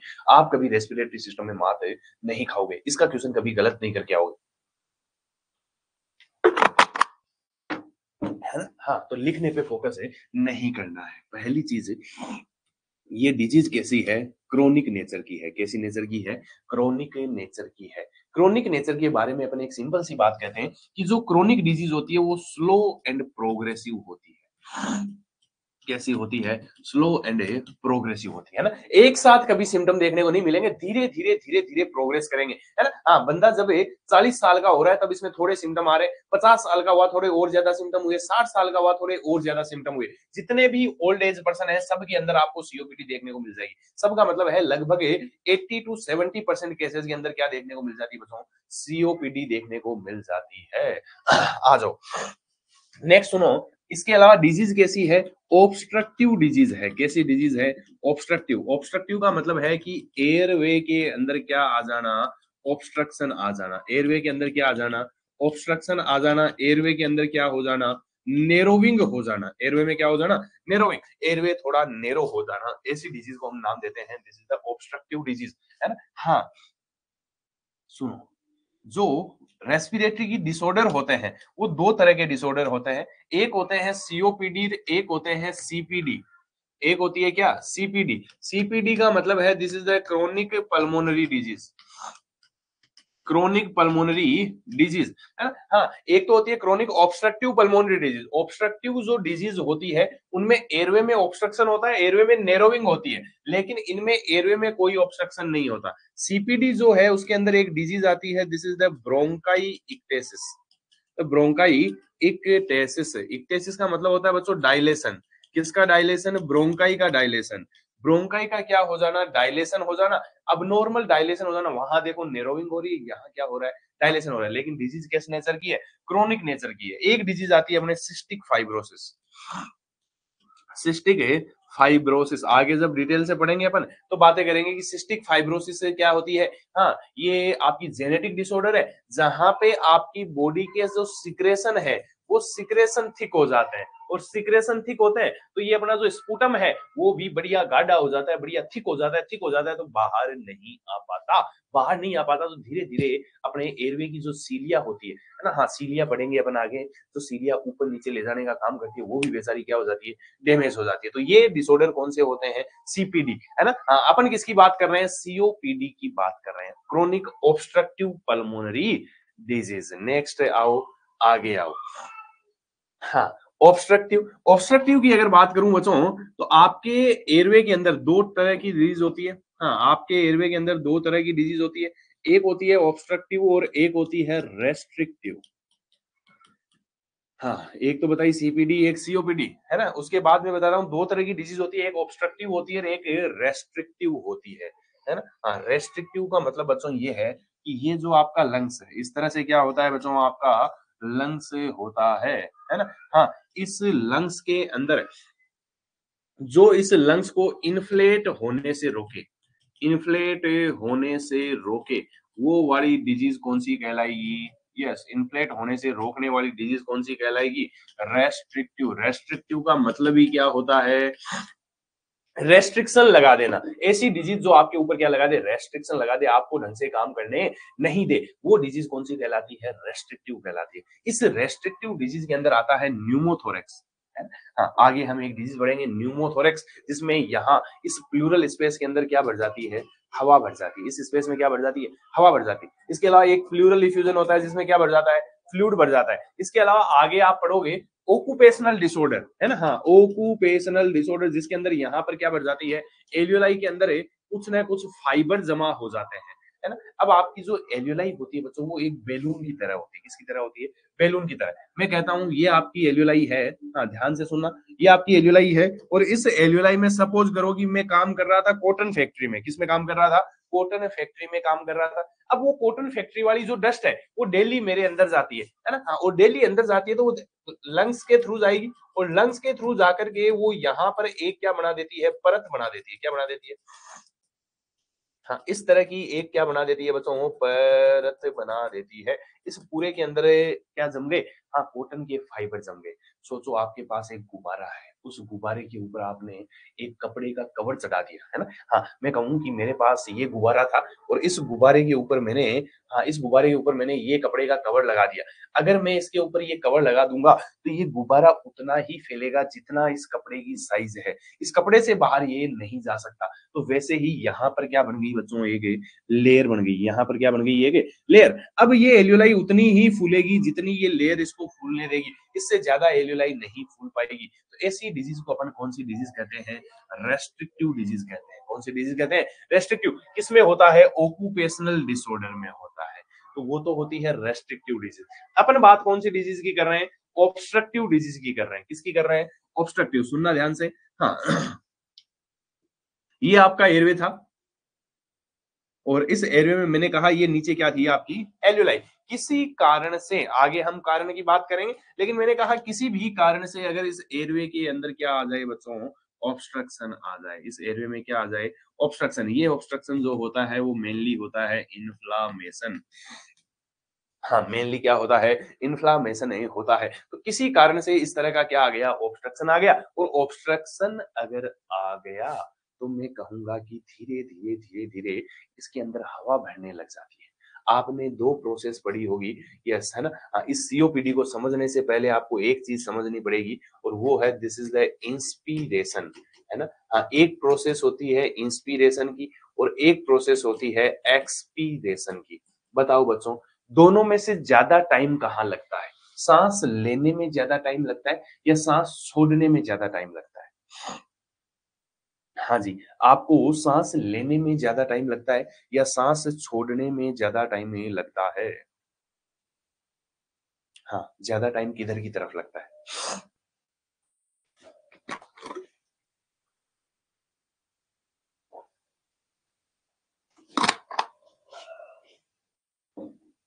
हाँ, जिनको नहीं पता फ़ील करके देख लो, है ना? हाँ, फ़ील कर लो साँस लेने में ज़्यादा टाइम लग रहा है या छोड़ने में लग रहा है?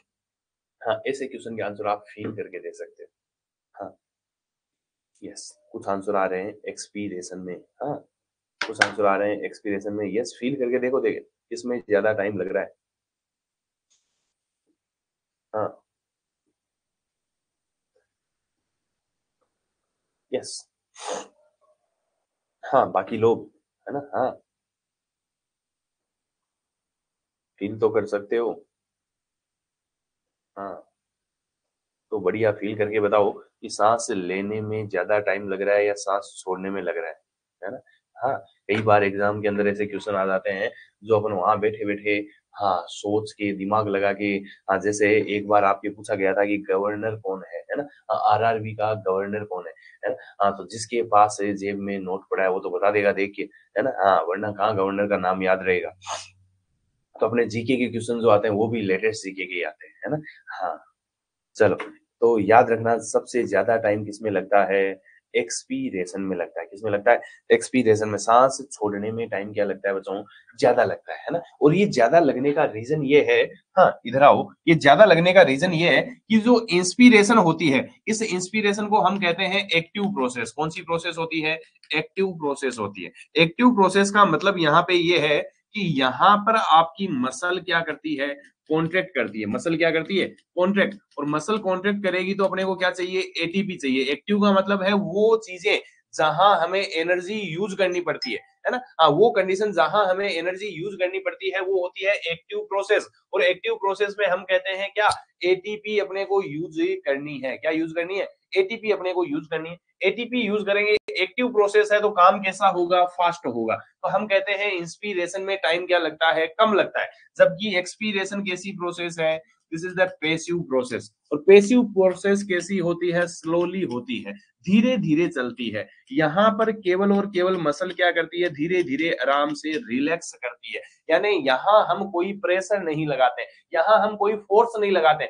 जो काम हो रहा है अपने आप धीरे धीरे धीरे धीरे हो रहा है। लेकिन सांस लेते टाइम हम अच्छा खासा क्या लगाते हैं, प्रेशर लगाते हैं, अच्छी खासी एनर्जी लगाते हैं, तब जाके हवा अंदर जाती है। आओ आगे काम की बात सुनो बच्चों। सोचो इस पेशेंट का एयरवे इस तरह का है, इस तरह का एयरवे है। तो जब ये बंदा सांस लेता है तो सांस लेने वाली जो प्रोसेस है वो प्रोसेस कैसी है, एक्टिव प्रोसेस है। कैसी प्रोसेस है, एक्टिव प्रोसेस है। और एक्टिव प्रोसेस है तो बंदा अपना पूरा प्रेशर लगाएगा, पूरा प्रेशर लगाएगा तो ऑक्सीजन कहाँ आ जाएगी, एल्यूलाई में आ जाएगी। कहाँ आ जाएगी, एल्यूलाई। मैंने अपना पूरा प्रेशर लगाया, प्रेशर लगाया तो सारी की सारी ऑक्सीजन कहाँ आ गई, मेरी एल्यूलाई में आ गई। एल्यूलाई में आ गई तो इस एयर का क्या हो जाएगा, एक्सचेंज हो जाएगा, है ना। हाँ, नीचे कौन घूम रहा है, ब्लड घूम रहा है। इस ब्लड के साथ इसका क्या हो गया, एक्सचेंज हो गया। एक्सचेंज हो गया तो मैं कहता हूं ये किस में कन्वर्ट हो गई, CO2 में कन्वर्ट हो गई। किस में कन्वर्ट हो गई, CO2 में। यस, ऑक्सीजन सारी नीचे चली गई और CO2 यहाँ पर आ गई। बच्चों, जो छोड़ने वाली प्रोसेस है, जो एक्सपीरेशन वाली प्रोसेस है, वो कैसी प्रोसेस थी, पैसिव प्रोसेस थी। कैसी प्रोसेस थी, पैसिव प्रोसेस। जब ये CO2 बाहर जाने लगती है ना। हाँ, धीरे धीरे बाहर जाएगी तो इसे रास्ते में क्या मिल गया, ऑब्स्ट्रक्शन मिल गया, है ना। हाँ, इसके रास्ते में क्या मिल गया, ऑब्स्ट्रक्शन मिल गया। ऑब्स्ट्रक्शन मिल गया तो पूरी CO2 बाहर नहीं जा पाती। मैं कहता हूं सपोज करो कि 100 ml आई थी, 100 ml CO2 थी, तो 10% CO2 यहीं रुक जाएगी, बाकी 90 चली जाएगी, लेकिन 10% रुक गई। फिर सांस लोगे, फिर थोड़ी देर बाद में धीरे धीरे धीरे धीरे CO2 रुकने लगेगी, है ना। हाँ, जितना ज्यादा ऑब्स्ट्रक्शन होगा, जितनी ज्यादा नेरोविंग होगी, उतनी CO2 की ट्रेपिंग क्या होगी, ज्यादा होगी। CO2 बेचारी फंस जाएगी, CO2 बेचारी रिटेन हो जाएगी, है ना। हाँ, मैंने कहा एक बंदा जिसे COPD था, COPD का मतलब क्या था, ऑब्स्ट्रक्शन था। ऑब्स्ट्रक्शन था तो सांस लेते टाइम तो जोर लगाया, जोर लगाया तो ऑक्सीजन अंदर गई, लेकिन बाहर निकालते टाइम प्रेशर नहीं लगाया। बाहर निकालते टाइम प्रेशर नहीं लगाया तो CO2 क्या होने लग गई, ट्रेप होने लग गई, रिटेन होने लग गई। और CO2 जब रिटेन हो जाती है बच्चों, तो बताओ किस तरह का इम्बेलेंस देखने को मिलता है, रेस्पिरेटरी एसिडोसिस या रेस्पिरेटरी एल्कलोसिस। हाँ जी, CO2 अगर ट्रेप हो जाती है तो किस तरह का इम्बेलेंस देखने को मिलता है, हाँ बताओ, जल्दी बताओ। हाँ, किस तरह का इम्बेलेंस देखने को मिलता है, this is the respiratory acidosis या रेस्पिरेटरी एल्कलोसिस। हाँ, शाबाश, this is the respiratory acidosis, है ना। अभी स्टार्टिंग में बात की थी अपन ने कि ये जो CO2 होती है, इस CO2 का नेचर ही कैसा होता है, एसिडिक होता है। और जब एसिड रिटेन होगा तो क्या होने लग जाएगा, रेस्पिरेटरी एसिडोसिस होने लग जाएगा। क्या होने लग जाएगा, रेस्पिरेटरी एसिडोसिस होने लग जाएगा। चलो बच्चों, आओ इसके बाद सुनो काम की बात। हाँ, COPD की बात कर रहे थे अपन ने, कहा कैसी डिजीज है, क्रोनिक है, ऑब्स्ट्रक्टिव है। तो समझ गए ऑब्स्ट्रक्शन कहाँ आएगा, ऑब्स्ट्रक्शन आएगा कहाँ पे, एयरवे के अंदर। एयरवे कैसा हो जाएगा, नेरो हो जाएगा। और उस नेरो होने के कारण CO2 क्या हो जाएगी, ट्रेप हो जाएगी, है ना। हाँ, पल्मोनरी, पल्मोनरी मतलब किसको अफेक्ट करती है, एयरवे को अफेक्ट करती है। आगे सुनो, इस COPD के अंदर अपन दो डिजीज पढ़ते हैं। इस COPD के अंदर अपन मेनली दो डिजीज पढ़ते हैं, जिसमें से पहली डिजीज होती है, this is the chronic bronchitis, this is the chronic bronchitis. हाँ जी बच्चों, जो ब्रोंकाइटिस है ना, हाँ ब्रोंकाइटिस का मतलब होता है इन्फ्लामेशन। हाँ क्या होता है, इन्फ्लामेशन। और किसका इन्फ्लामेशन, ये इन्फ्लामेशन होता है ब्रोंकाई का। किसका होता है, ब्रोंकाई का। ब्रोंकाई के साथ साथ किसका होता है, ब्रोंक्यूल्स का, है ना। हाँ ब्रोंकाई के आगे जब ब्रांचिंग निकलती है तो छोटे छोटे ब्रोंक्यूल पाए जाते हैं। इन सब का क्या हो जाता है, इन्फ्लामेशन हो जाता है। ऐसी डिजीज को अपन बोलते हैं ब्रोंकाइटिस। और कैसा इन्फ्लामेशन है, क्रोनिक है। क्रोनिक मतलब जो 2 साल से चल रहा हो, है ना। हाँ 2 साल से चल रहा हो, ऐसे इन्फ्लामेशन को कहते हैं क्या, ब्रोंकाइटिस। क्या कहते हैं बच्चों, क्रोनिक ब्रोंकाइटिस। सुनो इधर आओ, इस तरह से आपकी ट्रेकिया होती है। ट्रेकिया से इस तरह दो क्या निकलते हैं, हाँ ट्रेकिया से इस तरह दो क्या निकलते हैं बच्चों, ब्रोंकस निकलते हैं।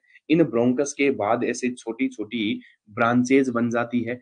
इन ब्रोंकस में क्या बन जाती है, ऐसी छोटी छोटी ब्रांचेज बने जाती है। 1 मिनट। हाँ इस ब्रोंकस के अंदर ऐसी छोटी छोटी क्या बन जाती है बच्चों, ब्रांचेज बन जाती है। ये ब्रांचेज आगे चल के फिर क्या हो जाती है, डिवाइड हो जाती है।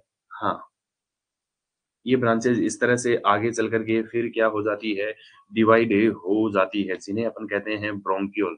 जिन्हें अपन नाम देते हैं क्या, ब्रोंक्यूल। और ये सारे के सारे कहाँ पाए जाते हैं, इस तरह से लंग्स में पाए जाते हैं। और इन सब के लास्ट में क्या लग जाती है, फिर एलियोलाइज लग जाती है। इनमें क्या लग जाती है अपने, एलियोलाइज लगे जाती है।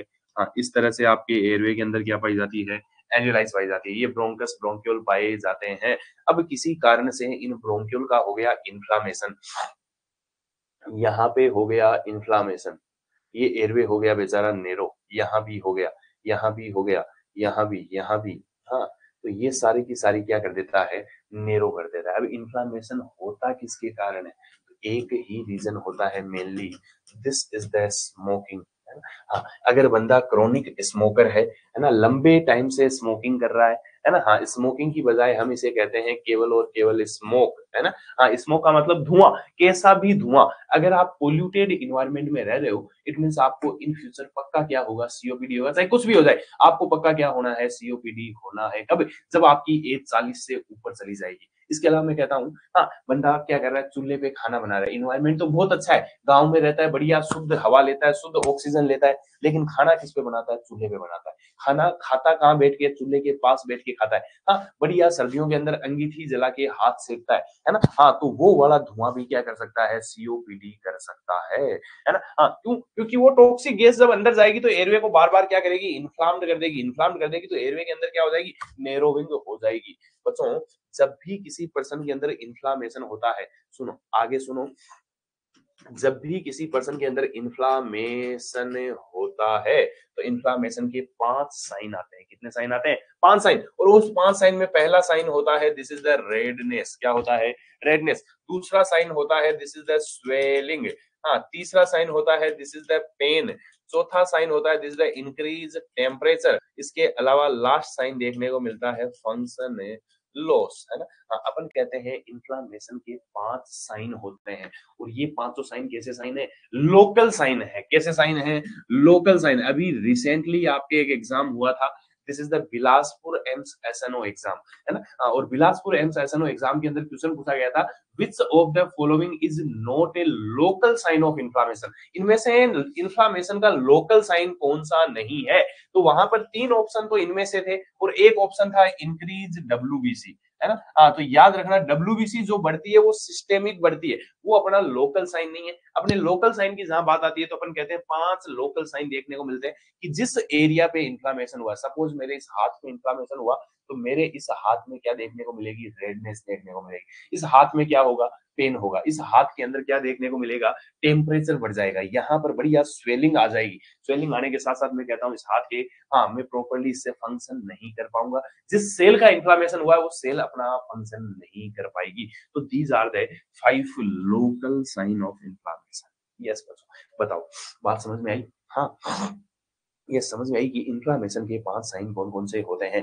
इन साइन से ही अपन सीओपीडी के सिम्टम निकालने वाले हैं। ये साइन अपने हर जगह इन्फ्लामेशन में काम आने वाले हैं। किसी भी ऑर्गन का इन्फ्लामेशन हो जाए, उस ऑर्गन में ये 5 सिम्टम देखने को मिलेंगे, 5 साइन देखने को मिलेंगे। और ये 5 अगर आपको याद है तो आप सीओपीडी के सिम्टम इजीली निकाल सकते हो। यस हाँ बच्चों आप सबका जो टारगेट है ना? हाँ, यस बोलो रे, बाकी लोग समझ में आई कि नहीं आई बात? हाँ, कि 5 साइन कौन-कौन से होते हैं? सीओपीडी क्या होती है? सीओपीडी के अंदर हाँ, नैरोइंग जो हुई है वो किसके कारण हुई है? इन्फ्लेमेशन के कारण। सीओपीडी के अंदर एयर ट्रैप क्यों हुई थी? क्योंकि आपका निकालते टाइम क्या नहीं लगा रहे थे? प्रेशर नहीं लगा रहे थे। यस, हाँ, बाकी लोग चलो, हाँ, कुछ लिखने में बिज़ी हो गए होंगे बेचारे, है ना? हाँ, कि सर हम लिख लेते हैं, क्या पता आप वापिस ये बात बताओ कि नहीं बताओ, है ना? हाँ, फंक्शन लॉस का मतलब है राजबाला कि जिस सेल का इन्फ्लेमेशन हुआ है उसका फंक्शन लॉस हो जाता है ना? हाँ, जैसे मैं कहूँ आपकी एल्यूलाई का इन्फ्लेमेशन हो गया तो वो एल्यूलाई फिर काम नहीं करेगी। जब तक इन्फ्लेमेशन रहेगा तब तक वो काम नहीं करेगी। अभी मैं आपको आगे इन्फ्लेमेशन करके दिखाऊँगा कि किस तरह से इन्फ्लेमेशन होता है और किस तरह से फंक्शन लॉस होता है। बच्चों हाँ, आप सबका जो टारगेट है, वो टारगेट क्या है? This is the not set, है ना? हाँ, सबका टारगेट क्या है? नोट सेट है। इस नोट सेट के अलावा आपका टारगेट होगा आरआरबी, है ना? हाँ, जो बच्चे अभी कोचिंग स्टार्ट कर रहे हैं, है ना? हाँ, जो अभी फ्रेशर हैं, ठीक है? जिन्होंने अभी-अभी पास आउट किया है, फर्स्ट टाइम कोचिंग ले रहे हैं, फर्स्ट टाइम प्रिपरेशन शुरू की है जिन्होंने, है ना? फ्रेशर का मतलब ये नहीं है कि अभी-अभी पास आउट होके आए हो। फ्रेशर का मतलब वो बच्चे भी हैं जो क्या है हाँ, जिन्होंने पहली बार तैयारी शुरू की है। और बच्चों आपके पास 2 एग्ज़ाम हैं जो आपके सामने बड़े आपको दिखाई दे रहे हैं। वो है आपका कौन-सा? एक तो नॉर्सेट और एक है आपका क्या? दिस इज़ द आरआरबी, है ना? जिसके फॉर्म आप लोगों ने फिल कर दिए होंगे। इसके अलावा हाँ, एक एग्ज़ाम आपका अभी रिसेंटली अनाउंस हुआ था जिसकी वैकेंसीज़ आने वाली है और वो है क्या? दिस इज़ द केजीएमयू, है ना? अभी आपने रिसेंटली नोटिफ़िकेशन देखा होगा, एक नोटिफ़िकेशन आया है जिसमें कि केजीएमयू की लगभग 1200 पोस्टों के ऊपर आपका क्या देखा जाएगा हाँ, नर्सिंग ऑफिसर का एग्जाम नहीं दिया जाएगा। नर्सिंग ऑफिसर की 1200 पोस्ट की वैकेंसी आ रही है। इसके अलावा आरआरबी, है ना? इसके अलावा नोरसेट, है ना? इन सब की मिला के आपके सामने कम से कम 4000 पोस्ट होने वाली है। इन तीनों एग्ज़ाम की मिला के कम से कम आपके सामने 4000 पोस्ट होने वाली है और इन सब का जो एग्ज़ाम होगा, उस एग्ज़ाम का जो टाइम रहेगा वो मार्च से अप्रैल रहेगा, है ना? नोरसेट का आरआरबी का टाइम फिक्स है। केजीएमयू अपना रिसेंटली इसी नवंबर या दिसंबर के अंदर-अंदर नोटिफ़िकेशन निकाल के फॉर्म फिल करवाएगा। मार्च अप्रैल तक एग्ज़ाम करवाएगा। तो आपके पास जो महीने बचते हैं, वो केवल और केवल 5 महीने बचते हैं। नवंबर तो आधा चला गया, है ना? हाँ, तो फिर बचा क्या? दिसंबर, जनवरी, फरवरी, मार्च, है ना? हाँ, तो 4 महीने आपके पास बचते हैं। कुछ टाइम अप्रैल का मान लो, कुछ टाइम नवंबर का मान लो, तो एवरेज हम कह सकते हैं 5 महीने का टाइम आपके पास है। और बच्चों, अगर आपको पढ़ने के लिए 5 महीने मिल जाए, है ना? हाँ, 5 महीने अगर पढ़ने के लिए मिलते हैं, इट मीन्स सबसे ज़्यादा जो बेनिफिट होता है, अगर किसी एग्ज़ाम की डेट 5 महीने पहले अनाउंस हो जाती है, तो सबसे ज़्यादा जो बेनिफिट मिलता है, वो किसको मिलता है बच्चों? फ्रेशर को मिलता है। सबसे ज़्यादा बेनिफिट जो मिलता है, वो किसको मिलता है? फ्रेशर को और फ्रेशर को बेनिफिट इसलिए मिलता है, क्योंकि जो रिपीटर हैं, वो भी उतना ही पढ़ पाएँगे, जितना आप पढ़ोगे। अगर आपको 5 महीने बाद एग्ज़ाम दिख रहा है, तो 5 महीने में आप अपना सब कुछ सिलेबस कवर कर सकते हो। उतना ही सिलेबस वो बंदा कवर करेगा, उतना ही आप कर सकते हो। सोचो यही एग्ज़ाम जिस दिन आपने कोचिंग स्टार्ट की थी उसके 1 महीने बाद होता, है ना? हाँ, जिस टाइम आप कोचिंग स्टार्ट कर रहे हो उसके 2 महीने बाद हो, उसके 15 दिन बाद हो, है ना? हाँ, तो मैं गारंटी देता हूँ इसमें अपना कोई फ़ायदा नहीं है। इसके अंदर अपना सिलेक्शन होने का कोई फ़ायदा नहीं है ना? इसमें अपने सिलेक्शन होने के कोई चांस ही नहीं है ना? हाँ, अगर आपने कोचिंग जॉइन आज की और 15 दिन बाद एग्ज़ाम है, तो फालतू परेशान होने की ज़रूरत नहीं है। वहाँ पर अपने को पता है अपन कुछ भी नहीं कर सकते। अपन केवल वो कर सकते हैं, पेपर देख के आ सकते हैं, है ना? जो चीज़ें अपने को आ रही है वो अटेम्प्ट कर सकते हैं। तुक्का लग जाए तो लग जाए वरना कुछ स्पेसिफिक नहीं, है ना? लेकिन हम कह सकते हैं कि 15 दिन, महीने, 2 महीने हो रहा है तब अपना नुकसान था। लेकिन अपने पास 5 महीने हैं और 5 महीने के अंदर अपन मैक्सिमम सिलेबस कवर कर सकते हैं। है ना? हाँ, अभी बात करते हैं राजबाला, ठीक है? तो 5 महीने का टाइम आपके पास रहता है और 5 महीने के अंदर हमें अगर शेड्यूल बना के चलें कि हम क्या-क्या पढ़ेंगे, कैसे पढ़ेंगे, है ना? कौन-कौन सी चीज़ कवर करेंगे, अगर इन सारी बातों का शेड्यूल हमारे पास हो, है ना? जब भी कोई आपने देखा होगा कि जब भी कोई युद्ध लड़ा जाता है ना? तो उस युद्ध से पहले उसकी रणनीति बनाई जाती है। तो आपके पास अपने इस युद्ध की क्या होनी चाहिए, रणनीति होनी चाहिए कि जो एग्ज़ाम मार्च में, अप्रैल में हो रहा है, उससे पहले मुझे किस-किस टाइम में, कितने टाइम में कौन-कौन से टॉपिक कवर करने हैं, कौन-कौन से सब्जेक्ट कवर करने हैं। अब कौन-कौन से टॉपिक इम्पोर्टेंट है, कौन-कौन से सब्जेक्ट इम्पोर्टेंट है, उसका पता कैसे चलेगा? तो उसका पता चलेगा बच्चों आप क्या पढ़ो, प्रीवियस ईयर के पेपर पढ़ो, है ना? हाँ, आप प्रीवियस ईयर के पेपर पढ़ो और ज़्यादा नहीं, मैं कहता हूँ केवल 5 पेपर पढ़ लो। 5 पेपर अगर आप प्रीवियस ईयर के पढ़ते हो, तो आपको पता चल जाएगा कि एग्जाम के अंदर क्या पूछा जाता है, किस पैटर्न से पूछा जाता है और कौन-कौन से टॉपिक इंपॉर्टेंट है। अगर आप 5 पेपर पढ़ते हो, हाँ, तो आप पेपर में देखो कौन-कौन से सिस्टम के कितने क्वेश्चन आए, कौन-कौन से टॉपिक से ज्यादा क्वेश्चन आ रहे हैं। तो आपकी प्रोसेस ये होनी चाहिए कि ये जो 5 महीने हैं, उनमें हम उन टॉपिक को कवर करें जो ज्यादा मार्क के हैं, जो ज्यादा इंपॉर्टेंट है। इंपॉर्टेंट हर चीज है ना? 100 क्वेश्चन अगर एग्जाम में आ रहे हैं तो वो 100 क्वेश्चन अपने लिए इंपॉर्टेंट है। लेकिन मैं कहता हूं अगर एक टॉपिक ऐसा है जो 4 घंटे का टॉपिक है, 6 घंटे का टॉपिक है और उस 6 घंटे के टॉपिक में से, है ना? उस 6 घंटे के टॉपिक में से आपके 4 क्वेश्चन आ रहे हैं। एक ऐसा है जो 6 दिन तक अपन पढ़ रहे हैं और वहां 6 दिन पर पढ़ने के बाद वहां से एक क्वेश्चन आ रहा है। तो मैं कहूंगा कि आप उस 6 घंटे वाले टॉपिक को पहले कवर करो, उसको अच्छे से कवर करो। जिस पार्ट से क्वेश्चन ज्यादा आते हैं उस पार्ट को खुद एनालिसिस करो, है ना? खुद एनालिसिस तभी होगा जब आप क्या पढ़ोगे, प्रीवियस ईयर का पेपर है पढ़ोगे, है ना? हाँ, जैसे जैसे अपन सिलेबस, क्योंकि सिलेबस चलेगा आपका कम से कम है 6 से 7 महीने, 6 से 7 महीने लगेंगे कवर करने में। अब जैसे मैं रेस्पिरेटरी सिस्टम पढ़ाऊंगा तो मैं आपको बताऊंगा रेस्पिरेटरी के अंदर कौन कौन सी डिजीज इंपॉर्टेंट है, क्या क्या क्वेश्चन बनते हैं, है ना? हाँ, तो आपको उस प्रोसेस में क्या लगेगा, 6 महीने का टाइम लगेगा कि इस 6 महीने में आपको पता चलेगा कि कौन कौन सी चीजें पढ़नी है, कौन कौन सी चीजें इंपॉर्टेंट है। लेकिन अगर आप इससे पहले ही ये पढ़ लेते हो तो आपको पता है कि ये सीओपीडी से क्वेश्चन आएगा, आपको पता है अस्थमा से क्वेश्चन आएगा, आपको पता है कि इससे आपके ऑक्यूपेशनल डिसऑर्डर से क्वेश्चन आएगा, है ना? आपको पता है कि भाई सक्शनिंग से क्वेश्चन आएगा। अगर ये पढ़ते हो तो आपको पता है O2 थेरेपी से क्वेश्चन आएगा। अगर ये पढ़ते हो तो आपको पता चलेगा कि ट्रेकियोस्टोमी से क्वेश्चन आता है। कुछ से टॉपिक ऐसे फिक्स हैं जिनसे हर एक एग्जाम में क्वेश्चन आता है, चाहे वो कोई सा भी नॉर्सेट हो, चाहे आरआरबी हो, कुछ भी हो जाए, है ना? ये जो मैंने 2-3 टॉपिक बोले, जैसे सक्शनिंग हो गया, एयरवे के आपका O2 थेरेपी हो गई, है ना? आपकी सीओपीडी हो गई, आपका अस्थमा हो गया, तो इनसे हर एक एग्जाम के अंदर आपको क्वेश्चन देखने को मिलेगा। तो हमारी कोशिश होनी चाहिए पहले उन चीजों को क्या करें, कवर करें। तो मैंने पहली चीज आपको बताई कि आपके पास इस 5 महीने का पूरा शेड्यूल होना चाहिए और इस शेड्यूल को बनाने से पहले आप कम से कम 5 से प्रीवियस ईयर के पेपर पढ़ो। प्रीवियस ईयर के पेपर आपको व्हाट्सएप पे, टेलीग्राम पे, यूट्यूब पे हर जगह मिल जाएंगे, है ना? ज्यादा परेशान होने की जरूरत नहीं रहती है। आजकल हाँ, सोशल मीडिया का टाइम है, आपको हर चीज़ ऑनलाइन उपलब्ध है, मिल ही जाती है ना? हाँ, तो आप कहीं से भी 5 प्रीवियस ईयर के पेपर है, पढ़ सकते हो। फिर आपको पता चला कौन-कौन से टॉपिक इंपॉर्टेंट है, कौन-कौन सा सब्जेक्ट इंपॉर्टेंट है, उसके बेसिस पे आप अपना क्या बनाओ, सिलेबस बनाओ, ठीक है? इसके बाद हाँ, इसके बाद अपनी तैयारी शुरू करो और 5 महीने ज़िंदगी में सब कुछ भूल जाओ, है ना? ऐसे सोचो कि ये 5 महीने जो अपनी ज़िंदगी के हैं, इसमें अपना कोई नहीं है, केवल और केवल किताबें अपनी हैं। इन 5 महीनों में अपनी जो मेहनत है, वो आपको आगे वाले 50 साल तक सुखी रखेगी, है ना? अगर 50 साल भी ज़िंदा रहोगे, तो 50 साल तक आपको जो 5 महीने की मेहनत है, वो 50 साल तक मौज करवा देगी, है ना? हाँ, आओ इसलिए कहते हैं कि 7 फेरों के बाद आदमी सुखी रहे ना रहे, लेकिन अगर आप इस कॉम्पिटिशन में 7 महीने तैयारी कर लेते हो, तो गारंटी देता हूँ आप ज़िंदगी भर सुखी रहोगे, है ना? हाँ, केवल 7 महीने। आप 7 महीने अगर ईमानदारी से सब कुछ मोह-माया छोड़ के, है ना? हाँ, कि मुझे अपना इस क्लास के बाद 4 घंटे पढ़ना है ना? हाँ, ज़्यादा नहीं, मैंने ये नहीं कहूँगा 10 घंटे, 12 घंटे पढ़ना है ना? हाँ, 4 घंटे की क्लास होती है, 4 घंटे की क्लास के बाद मुझे 4 घंटे डेली रूटीन से पढ़ना है, स्टार्टिंग से लेके लास्ट 7 महीने तक, 6 महीने तक। तो गारंटी देता हूँ ऐसा कोई एग्ज़ाम नहीं होगा जिसके अंदर आपका सिलेक्शन है ना हो। मेरी जो जर्नी थी, है ना? मैं 2017 में पास आउट हुआ था और मेरा जो सिलेक्शन हुआ था, मैं अप्रैल में पास आउट हुआ था, पहला सिलेक्शन जो मेरा था वो सितंबर में हुआ था।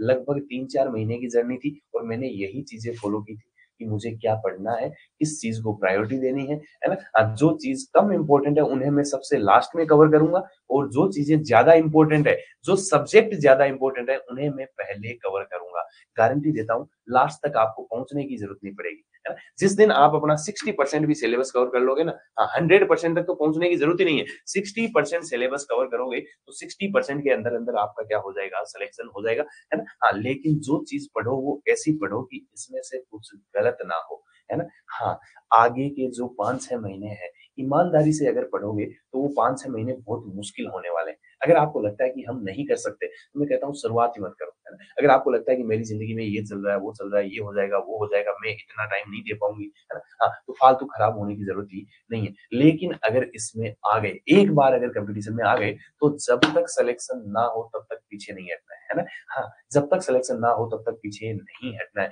कुछ भी हो जाए, सिलेक्शन लेके ही जाना है और ऐसा आज तक कोई नहीं मिलेगा आपको जिसने ईमानदारी से पढ़ा हो और सिलेक्शन ना हुआ हो। अगर आपका कोई जानकार ऐसा हो जो 2-3 साल से तैयारी कर रहा हो फिर भी सिलेक्शन नहीं हो रहा, तो एक बार उसके पास बैठ के उससे ईमानदारी से पूछ लेना कि तुमने पढ़ाई की थी या नहीं की थी। है ना? वो तुम्हें खुद बता देगा कि उसने क्या-क्या गलतियाँ की हैं। ओके? हाँ, चलो इसके अलावा कि सर जो क्लास लगती है वो ही करनी है या इसके अलावा भी एक्स्ट्रा करना पड़ेगा, है ना? राज वाला ये डिपेंड करता है आपके ऊपर, है ना? एक होता है बना-बनाया खाना, है ना? हाँ, कि घरवालों ने रोटी बना दी और हमने खा ली। एक होता है खुद से मेहनत करके बना के खाना, तो ज़्यादा जो मज़ा आता है, वो खुद की मेहनत में आता है ना? हाँ, जैसे मैं कहूँ कि आपने कहा कि सर जो क्लास में हो रहा है वो ही पढ़ना है क्या? तो मैं कहता हूँ कि जैसे आप 4 घंटे की क्लास हुई, है ना? अभी तो आप 1-2 दिन नए-नए डेमो चल रहे हैं, तो आपको ऐसा लग रहा है यस ये सब्जेक्ट भी, ये सब्जेक्ट भी। उसके बाद सपोज़ करो 4 घंटे का रेस्पिरेटरी सिस्टम पढ़ा अपन ने, है ना? और 4 घंटे का रेस्पिरेटरी सिस्टम पढ़ने के बाद जब घर जाके आप उसे रिवाइज़ करोगे तो आपको लगेगा 1 घंटा। 1 घंटे से ज़्यादा टाइम आपको नहीं लगेगा, फिर भी 3 घंटे बच गए। तो इन 3 घंटों में क्या करें? हाँ, इन 3 घंटों में क्या करें? तो हम क्या करते हैं कि अभी तो चलो, अभी तो स्टार्ट हुआ है ना? हाँ, 10 दिन गए, 15 दिन गए, 20 दिन गए, है ना? हाँ, हम डेली 1-1 घंटा पढ़ रहे हैं कि ये सर ने जितना पढ़ाया था उतना ईमानदारी से कवर कर लिया, लेकिन और कुछ पढ़ने को है नहीं तो करें क्या? है ना? हाँ, तो 1 डेढ़ महीना तो हम ऐसे ही निकाल देते हैं कि अभी तो नए-नए हैं। नहीं, नए-नए सोच के टाइम नहीं निकालना है। अब नए नहीं हो, आपने 4 साल नर्सिंग कर चुकी है ना? हाँ, आपने 4 साल की नर्सिंग की और नर्सिंग की है तो इट मीन्स आपको सब कुछ आता है। आपने बेसिक सब कुछ पढ़ रखा है और नहीं पढ़ रखा तो आपका किसी न किसी सब्जेक्ट में 10 से 12 सब्जेक्ट है अपने, उन 10-12 सब्जेक्ट में से किसी एक सब्जेक्ट में तो आपका थोड़ा बहुत इंटरेस्ट होगा। अगर आप अभी 4th ईयर पास आउट करके आए हो, तो गारंटी देता हूँ आपको ओबीजी थोड़ी ज़्यादा अच्छी लगती होगी। हाँ, आपको लगता होगा कि ओबीजी हम अभी-अभी रिसेंटली पढ़ के आए हैं, तो ओबीजी हमें आ रही है। जिस बच्चे का ओबीजी में इंटरेस्ट नहीं है, उसका कहीं न कहीं फंडामेंटल के अंदर क्या मिलेगा? इंटरेस्ट मिलेगा। अगर किसी का फंडामेंटल में भी नहीं है, तो एमएसएन के जो 6-7 सिस्टम है, उन एमएसएन के 6-7 सिस्टम में से किसी न किसी सिस्टम में उसका इंटरेस्ट मिलेगा। लेकिन कहीं न कहीं तो आपका इंटरेस्ट होगा। तो जैसे ही क्लासेस शुरू होती है, आप सबसे पहले वो टॉपिक, वो सब्जेक्ट उठाओ जिसका अंदर आपका इंटरेस्ट है ना? हाँ, मैं कहूँ यहाँ अपना रेस्पिरेटरी चल रहा है, लेकिन मेरा इंटरेस्ट जो है वो मेरा ओबीजी के अंदर है। तो जो बचे हुए 3 घंटे हैं, उसके अंदर मैं क्या पढ़ूँ? ओबीजी पढ़ूँ, है ना? उसके अंदर मैं पीआर यादव की थ्योरी पढ़ सकता हूँ, पीआर यादव के क्वेश्चन कर सकता हूँ, है ना? आप बुक पूछ रहे थे, पीआर यादव अच्छी बुक है, टारगेट हाई अच्छी बुक है, एनक्लेक्स अच्छी बुक है, मोसवी अच्छी बुक है ना? एनक्लेक्स की जो सॉन्डर्स है वो भी अच्छी है, मोसवी भी अच्छी है, बुक सब अच्छी होती है ना? हाँ, कि सर सबके तो नाम ले लिए, बुक सब अच्छी होती है, किसी भी बुक में कोई बुरा कंटेंट नहीं होता है ना? हाँ, डिपेंड करता है आपके पढ़ने के लेवल के ऊपर। अगर आपने अभी-अभी पढ़ना शुरू किया है, आपको नर्सिंग के बारे में बेसिक चीज़ें पढ़नी है, तो आपके लिए पीआर यादव बुक अच्छी है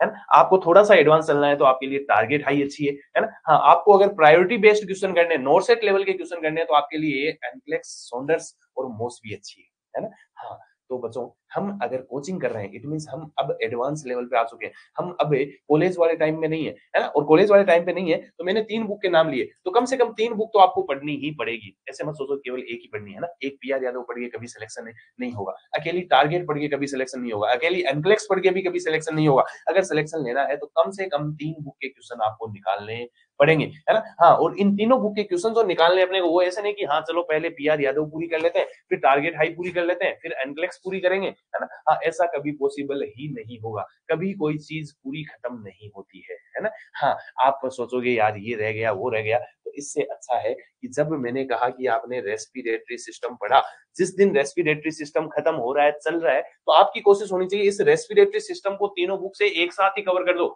हाँ, रेस्पिरेटरी सिस्टम को पीआर यादव से, टारगेट हाई से, एनक्लेक्स से, तीनों के क्वेश्चन एक साथ निकाल दो। अगर एक साथ सारे के सारे क्वेश्चन निकाल दिए तो गारंटी देता हूं अब इस सिस्टम से आपके बाहर कुछ नहीं रहा, है ना? अब इस सिस्टम से आपको सब कुछ आता है, कुछ भी हो जाए, इसका क्वेश्चन कभी आपका गलत नहीं हो सकता, है ना? हाँ, और इनमें क्वेश्चन है कितने? 200-250 क्वेश्चन पीआर यादव के अंदर। जैसे सपोज एक इसी का एग्जांपल देता हूँ रेस्पिरेटरी सिस्टम का, कि एक रेस्पिरेटरी सिस्टम से रिलेटेड 200 के आसपास क्वेश्चन पीआर यादव में, 200-250 के आसपास टारगेट में है ना? 200-250 क्वेश्चन आप, मैंने बताया कि 3 घंटे आपको अलग से पढ़ना है, तो 3 घंटे में आप 200-250 क्वेश्चन आराम से कर सकते हो, है ना? पहले दिन में पीआर यादव की, दूसरे दिन में टारगेट की, तीसरे दिन में एनक्लेक्स के अंदर केवल 20 क्वेश्चन है, मोसवी के अंदर भी केवल 20 क्वेश्चन है, तो तीसरे दिन मोसवी की, 3 दिन के अंदर आपने सारे क्वेश्चन निकाल दिए। थ्योरी अलग से पढ़ने की जरूरत है नहीं है राजबाला, है ना? हाँ, अलग से अगर पढ़ रहे हैं तो क्वेश्चन प्रैक्टिस अलग से करनी पड़ेगी, थ्योरी अलग से पढ़ने की जरूरत नहीं है ना? हाँ, तो याद रखना, इफर्ट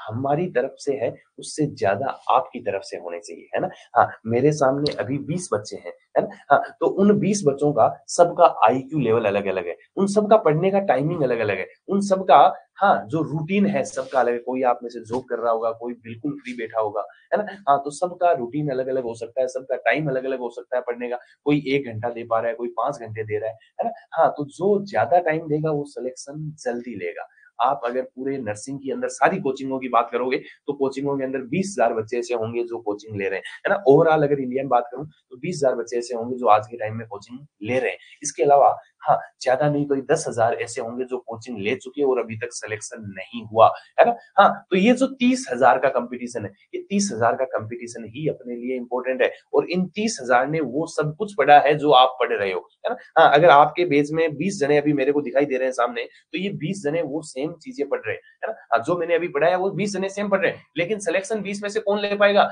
जो इससे एक्स्ट्रा एफर्ट डालेगा, जो इसके बाद यहाँ से जाके इसमें से कुछ क्वेश्चंस निकालेगा, इधर-उधर क्वेश्चन के लिए हाथ मारेगा, है ना? हाँ, कहीं पीआर यादव से निकालेगा, कोई टारगेट से, कोई एनक्लेक्स से, मोस्टली जो सबसे ज़्यादा क्वेश्चन करेगा, वही सिलेक्शन ले पाएगा, है ना? हाँ, ऐसा नहीं है कि हम केवल और केवल यहाँ जितना लिखा दिया, उतना पढ़ लिया, उतना समझ लिया और उतना कर लिया, है ना? क्वेश्चन प्रैक्टिस बहुत ज़्यादा ज़रूरी है। क्वेश्चंस नहीं निकालोगे तो थ्योरी पढ़ने का कोई मतलब ही नहीं है। बिना थ्योरी के कभी क्वेश्चन सही नहीं हो सकता, लेकिन केवल थ्योरी से सिलेक्शन भी नहीं हो सकता।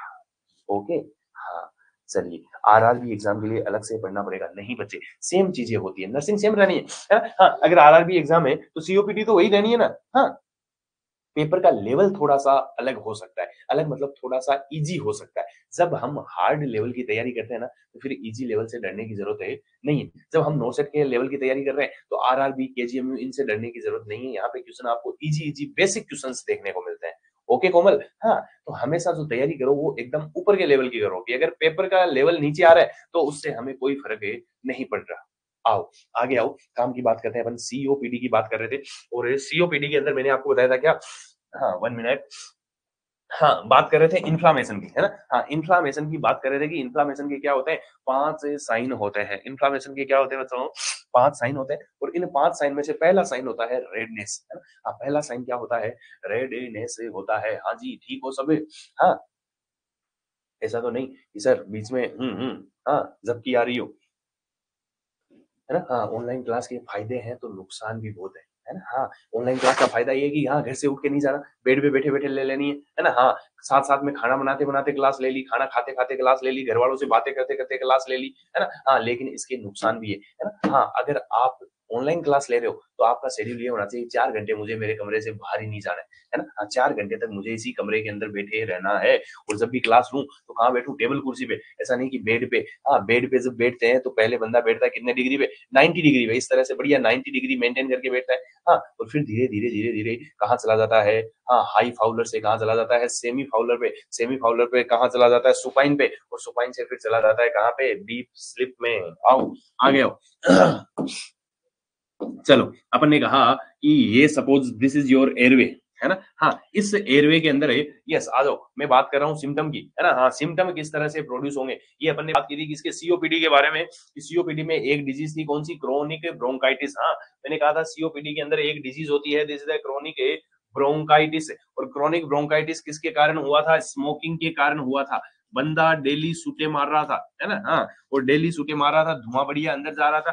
धुआं अंदर जाते-जाते इस एयरवे को क्या कर रहा था? नैरो कर रहा था। बार-बार एयरवे को क्या कर रहा था? डैमेज कर रहा था। धीरे-धीरे क्या होने लग गई? नैरोइंग होने लग गई और बच्चों जब इन्फ्लेमेशन हुआ तो पहला साइन आया क्या? रेडनेस, है ना? हाँ, जब इन्फ्लेमेशन होगा तो ये एयरवे अंदर से क्या हो जाएगा? पूरा रेड हो जाएगा। यस, जब भी किसी एरिया में इन्फ्लेमेशन होता है तो क्या होगी? रेडनेस होगी। फिर आएगी क्या? स्वेलिंग, है ना? हाँ, बच्चों स्वेलिंग इसलिए आती है क्योंकि कैपिलरी की परमिएबिलिटी बढ़ जाती है।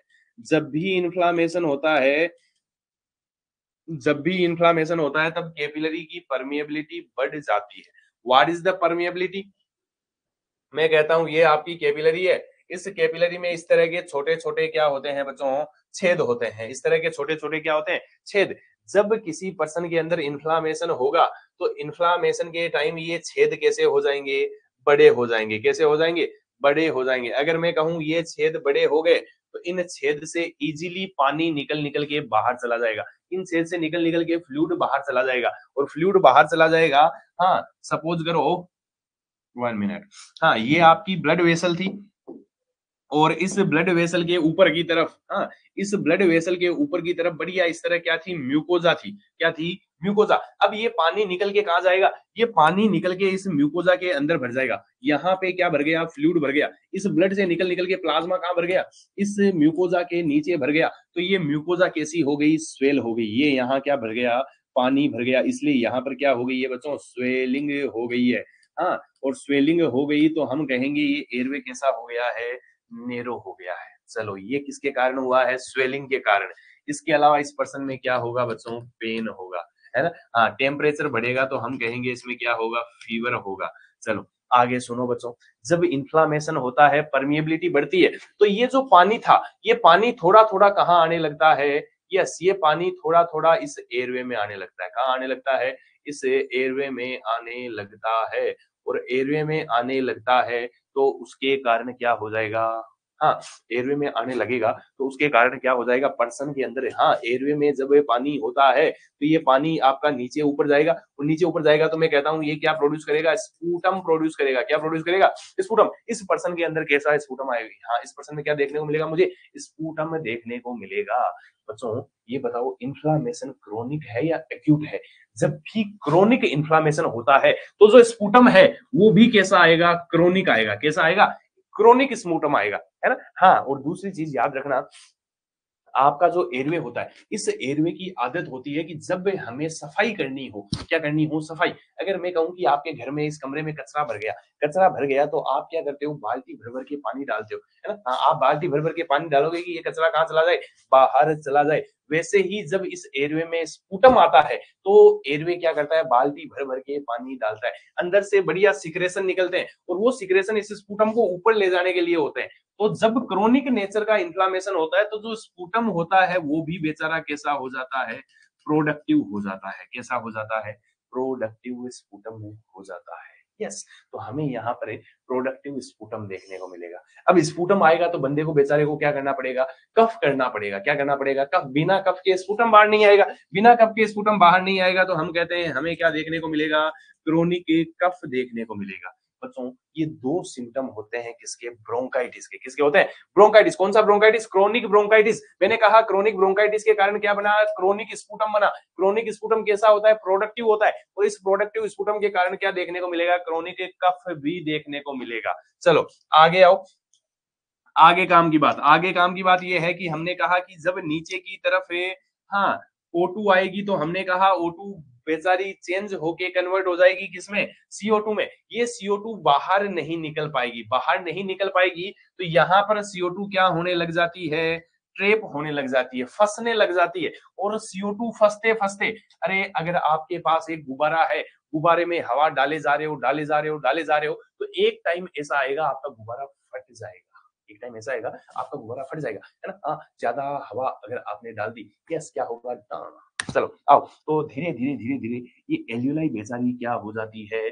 डिस्टेंड हो जाती है। क्या हो जाती है? डिस्टेंड हो जाती है। डिस्टेंड हो जाती है इसका मतलब ज्यादा फैल जाती है। ये अपनी इलास्टिसिटी लॉस कर देती है। इलास्टिसिटी लो से कर देती है। अब बच्चों गुब्बारा तो जब फटता है तो सारी हवा बाहर आ जाती है, लेकिन यहाँ गुब्बारा ऐसा है कि जो अपनी इलास्टिसिटी लॉस कर देता है ना? हाँ, आपने देखा होगा एक गुब्बारे को अगर बार-बार फुलाया जाए तो गुब्बारे की फिर साइज बढ़ जाती है ना? हाँ, एक रबड़ है आपके पास, हाँ, एक रबड़ है। इस रबड़ को आप डेली क्या कर रहे हो? स्ट्रेच कर रहे हो। हाँ, आपने आज किया, फिर कल किया, फिर परसों किया, तो डेली करते एक टाइम ऐसा आएगा कि रबड़ अपनी इलास्टिसिटी खो देगा। अब रबड़ वापस छोटा नहीं होगा, रबड़ इतना बड़ा हो गया, रबड़ ऐसे ही पड़ा रहेगा। तो धीरे-धीरे जब डेली ये काम होता है, तो इस एल्यूलाई की इलास्टिसिटी कैसी हो जाती है? लॉस हो जाती है। इसकी जो साइज़ है, वो साइज़ क्या हो जाती है? बढ़ जाती है। एल्यूलाई की साइज़ क्या हो जाती है? बढ़ जाती है। इस एल्यूलाई में कौन भर जाती है? CO2 भर जाती है, और CO2 भरने के कारण क्या हो जाता है बच्चों? रेस्पिरेटरी एसिडोसिस हो जाता है। क्या हो जाता है? Respiratory acidosis. चलो आगे सुनो, CO2 अगर यहां भरेगी तो नीचे कौन थी? Blood vessel. इस ब्लड वेसल में भी CO2 क्या रहेगी? फिर ज्यादा रहेगी। क्यों? क्योंकि यहाँ CO2 पड़ी है तो ये CO2 कहां जाएगी? फिर नीचे जाएगी। नीचे जाएगी तो मैं कहूँ CO2 का लेवल बढ़ेगा, और लेवल बढ़ेगा तो आप कहते हो इस कंडीशन को क्या? This is the हाइपरकेपनिया।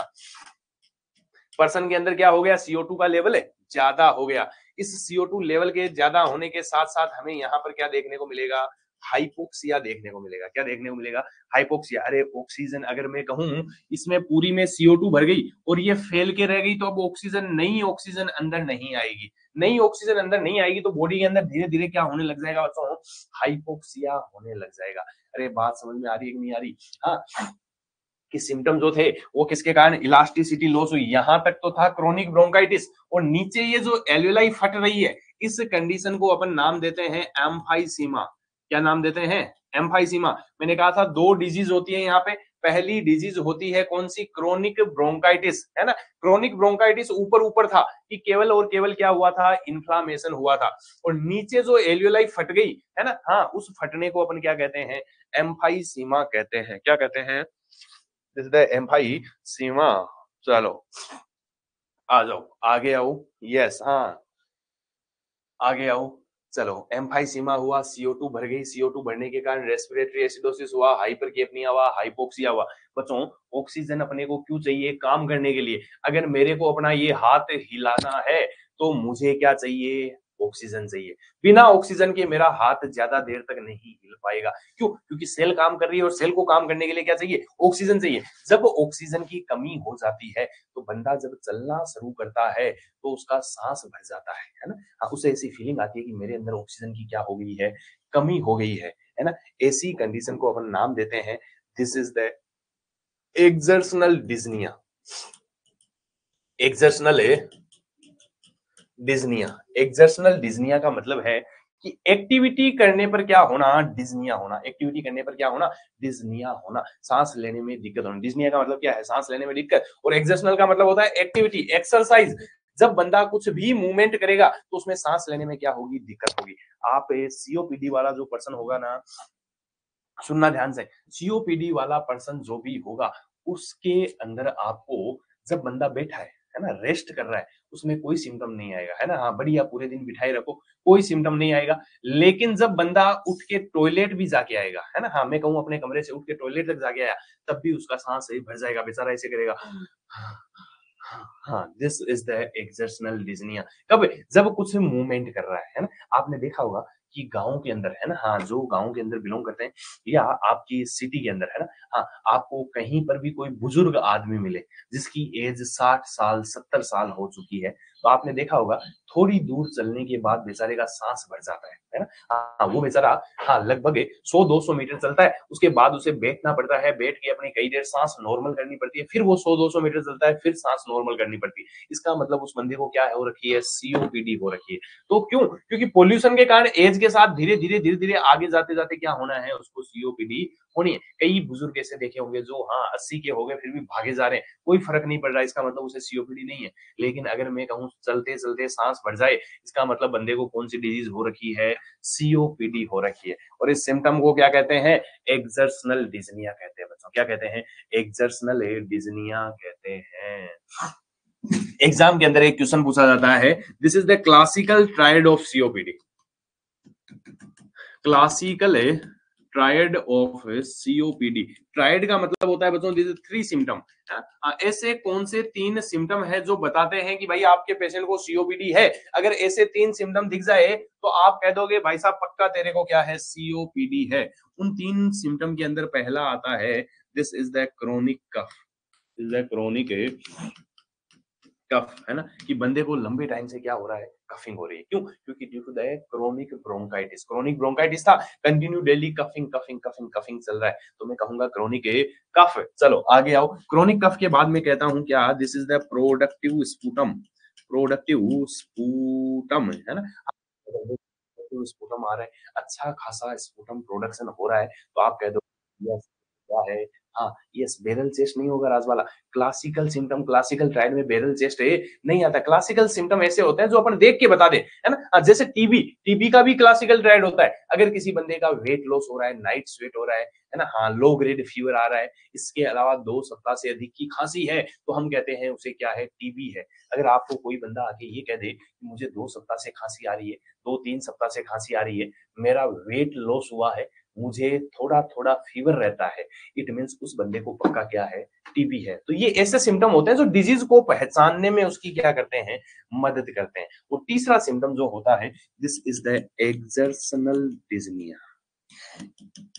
एक्सर्शनल डिज्निया है ना। हाँ, ये तीन सिम्टम क्या होते हैं बच्चों, खास सिम्टम होते हैं, इंपॉर्टेंट सिम्टम होते हैं किसके, सीओपीडी के। और एग्जाम में जब भी यहां से क्वेश्चन आता है, आपको इन तीनों में से एक दो सिम्टम साथ में मेंशन कर दिया जाता है। अगर सीओपीडी अगला पूछना चाहता है आपसे, आपको सिम्टम देगा, सिम्टम देके पूछेगा बताओ बंदे में कौन सी डिजीज हो सकती है, तो इनमें से कुछ भी मिलता है, मेनली क्या मिलता है, एक्सर्शनल डिज्निया मिलता है। क्योंकि ये चीज और कहीं भी देखने को मिलेगी अपने को, लेकिन एक्सर्शनल डिज्निया केवल और केवल कहां देखने को मिलेगा, सीओपीडी में देखने को मिलेगा, है ना। हाँ बच्चों सुनना, डिज्निया जिसको होता है, डिज्निया जब होगा, हाँ तो बंदा सांस कैसे लेगा, यस दिस इज द डिज्निया। और डिज्निया अगर किसी को होगा तो रेट बढ़ जाएगी, है ना। इस बंदे में साथ साथ मुझे क्या देखने को मिलेगा, टेकीपनिया देखने को मिलेगा। क्या देखने को मिलेगा, टेकीपनिया, है ना। हाँ बंदे के अंदर है, हाँ क्रोनिक कफ अगर कोई करता है ना, लंबे टाइम से 2 साल से कफ कफ कफ कफ करेगा, तो क्या होगा, चेस्ट पेन होने लग जाएगा। क्या होने लग जाएगा, चेस्ट पेन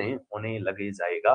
ओके, हाँ बाकी सिम्टम तो मैंने तुम्हें पीछे बताए, हाइपोक्सिया, हाइपरकेपनिया, उनके बारे में बात नहीं करूंगा। स्पेसिफिक स्पेसिफिक अगर किसी बंदे में प्रोडक्टिव स्पुटम आ रहा है, प्रोडक्टिव स्पुटम का मतलब होता है मोर देन 500 ml स्पुटम, हाँ पूरे दिन के अंदर 500 ml स्पुटम आ जाना, हाँ आधा लीटर स्पुटम, हाँ पूरे दिन उसके एक ही काम है, स्पुटम स्पुटम स्पुटम स्पुटम। हाँ तो मैं कहता हूँ पूरे दिन में आधा लीटर तक क्या आ जाना, स्पुटम आ जाना। ऐसी कंडीशन को कहते हैं प्रोडक्टिव स्पुटम। और बच्चों जिसमें प्रोडक्टिव स्पुटम आएगा, उस बंदे में क्या रिस्क रहेगी, बंदा कहाँ चला जाएगा, डिहाइड्रेशन में चला जाएगा। अरे आधा आधा लीटर स्पुटम आ रहा है, स्पुटम क्या है, पानी है। मैंने कहा था ना, सीक्रेशन बाल्टी भर भर के निकलते हैं ताकि ये कचरा बाहर चला जाए। और बाहर चला जाए तो मैं कहूंगा पर्सन में क्या होने लग जाएगा, डिहाइड्रेशन होने लग जाएगा। क्या होने लग जाएगा, डिहाइड्रेशन। इसके अलावा बच्चों जिस बंदे में डिज्निया होता है ना, डिज्निया होता है तो मैंने बताया सांस कैसे, हाँ ऐसे, हाँ पूरा हिल हिल के सांस लेगा। हिल हिल के सांस लेने का मतलब है ये बंदा यूज करेगा use of accessory muscle. Accessory muscle अपन आगे बात करेंगे, एसेसरी मसल की रूटीन क्लास के अंदर, रेगुलर क्लास के अंदर बात करेंगे कौन कौन सी एसेसरी मसल होती है। तो वो अपनी एसेसरी मसल को काम करना क्या करता है, स्टार्ट कर देता है। और जब एसेसरी मसल को यूज करेगा,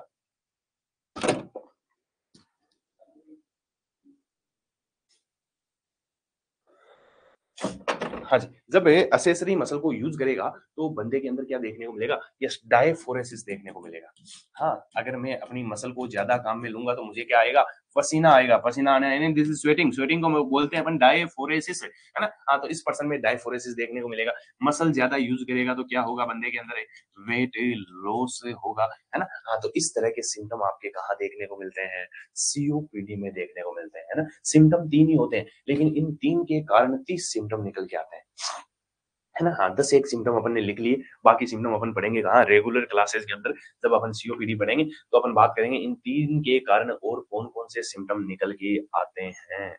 चलिए बच्चों, तो फिर आज के लिए इतना ही, है ना। हाँ आज के लिए इतना ही, बाकी की चीजें अपन रेस्पिरेटरी सिस्टम से रिलेटेड कहाँ डिस्कस करेंगे, रेगुलर क्लासेस के अंदर डिस्कस करेंगे। यस बच्चों, हाँ जो चीजें अपन ने पढ़ी है वो समझ में आई कि नहीं आई, हाँ आ जाओ चैट सेक्शन में आओ। अभी तक जो पढ़ा वो समझ में आया कि नहीं आया, और ये क्लास कैसी लगी, हाँ कुछ नया सीखने को मिला कि नहीं मिला, हाँ कुछ नया सीखने को मिला कि नहीं मिला, हाँ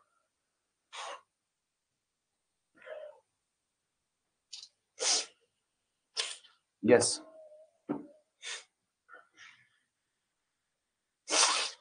हाँ चलिए तो फिर मिलते हैं रेगुलर क्लासेस के अंदर। ओके, हाँ चलिए, थैंक यू सो मच। हाँ ओके, थैंक यू। और अभी जस्ट आपकी, हाँ अगली डेमो क्लास किशोरा सर की, हाँ वो आप 10 मिनट का ब्रेक लीजिए, 10 मिनट के ब्रेक के बाद आपकी क्लास यहीं कंटिन्यू होगी, है ना। ओके, हाँ नेक्स्ट डेमो क्लास आपकी किशोरा सर की, और जस्ट इन 10 मिनट, है ना। हाँ 10 मिनट का आप ब्रेक लीजिए, हाँ वापस रिफ्रेश हो गया ये, और उसके बाद अपन वापस स्टार्ट करेंगे। Okay, thank you so much.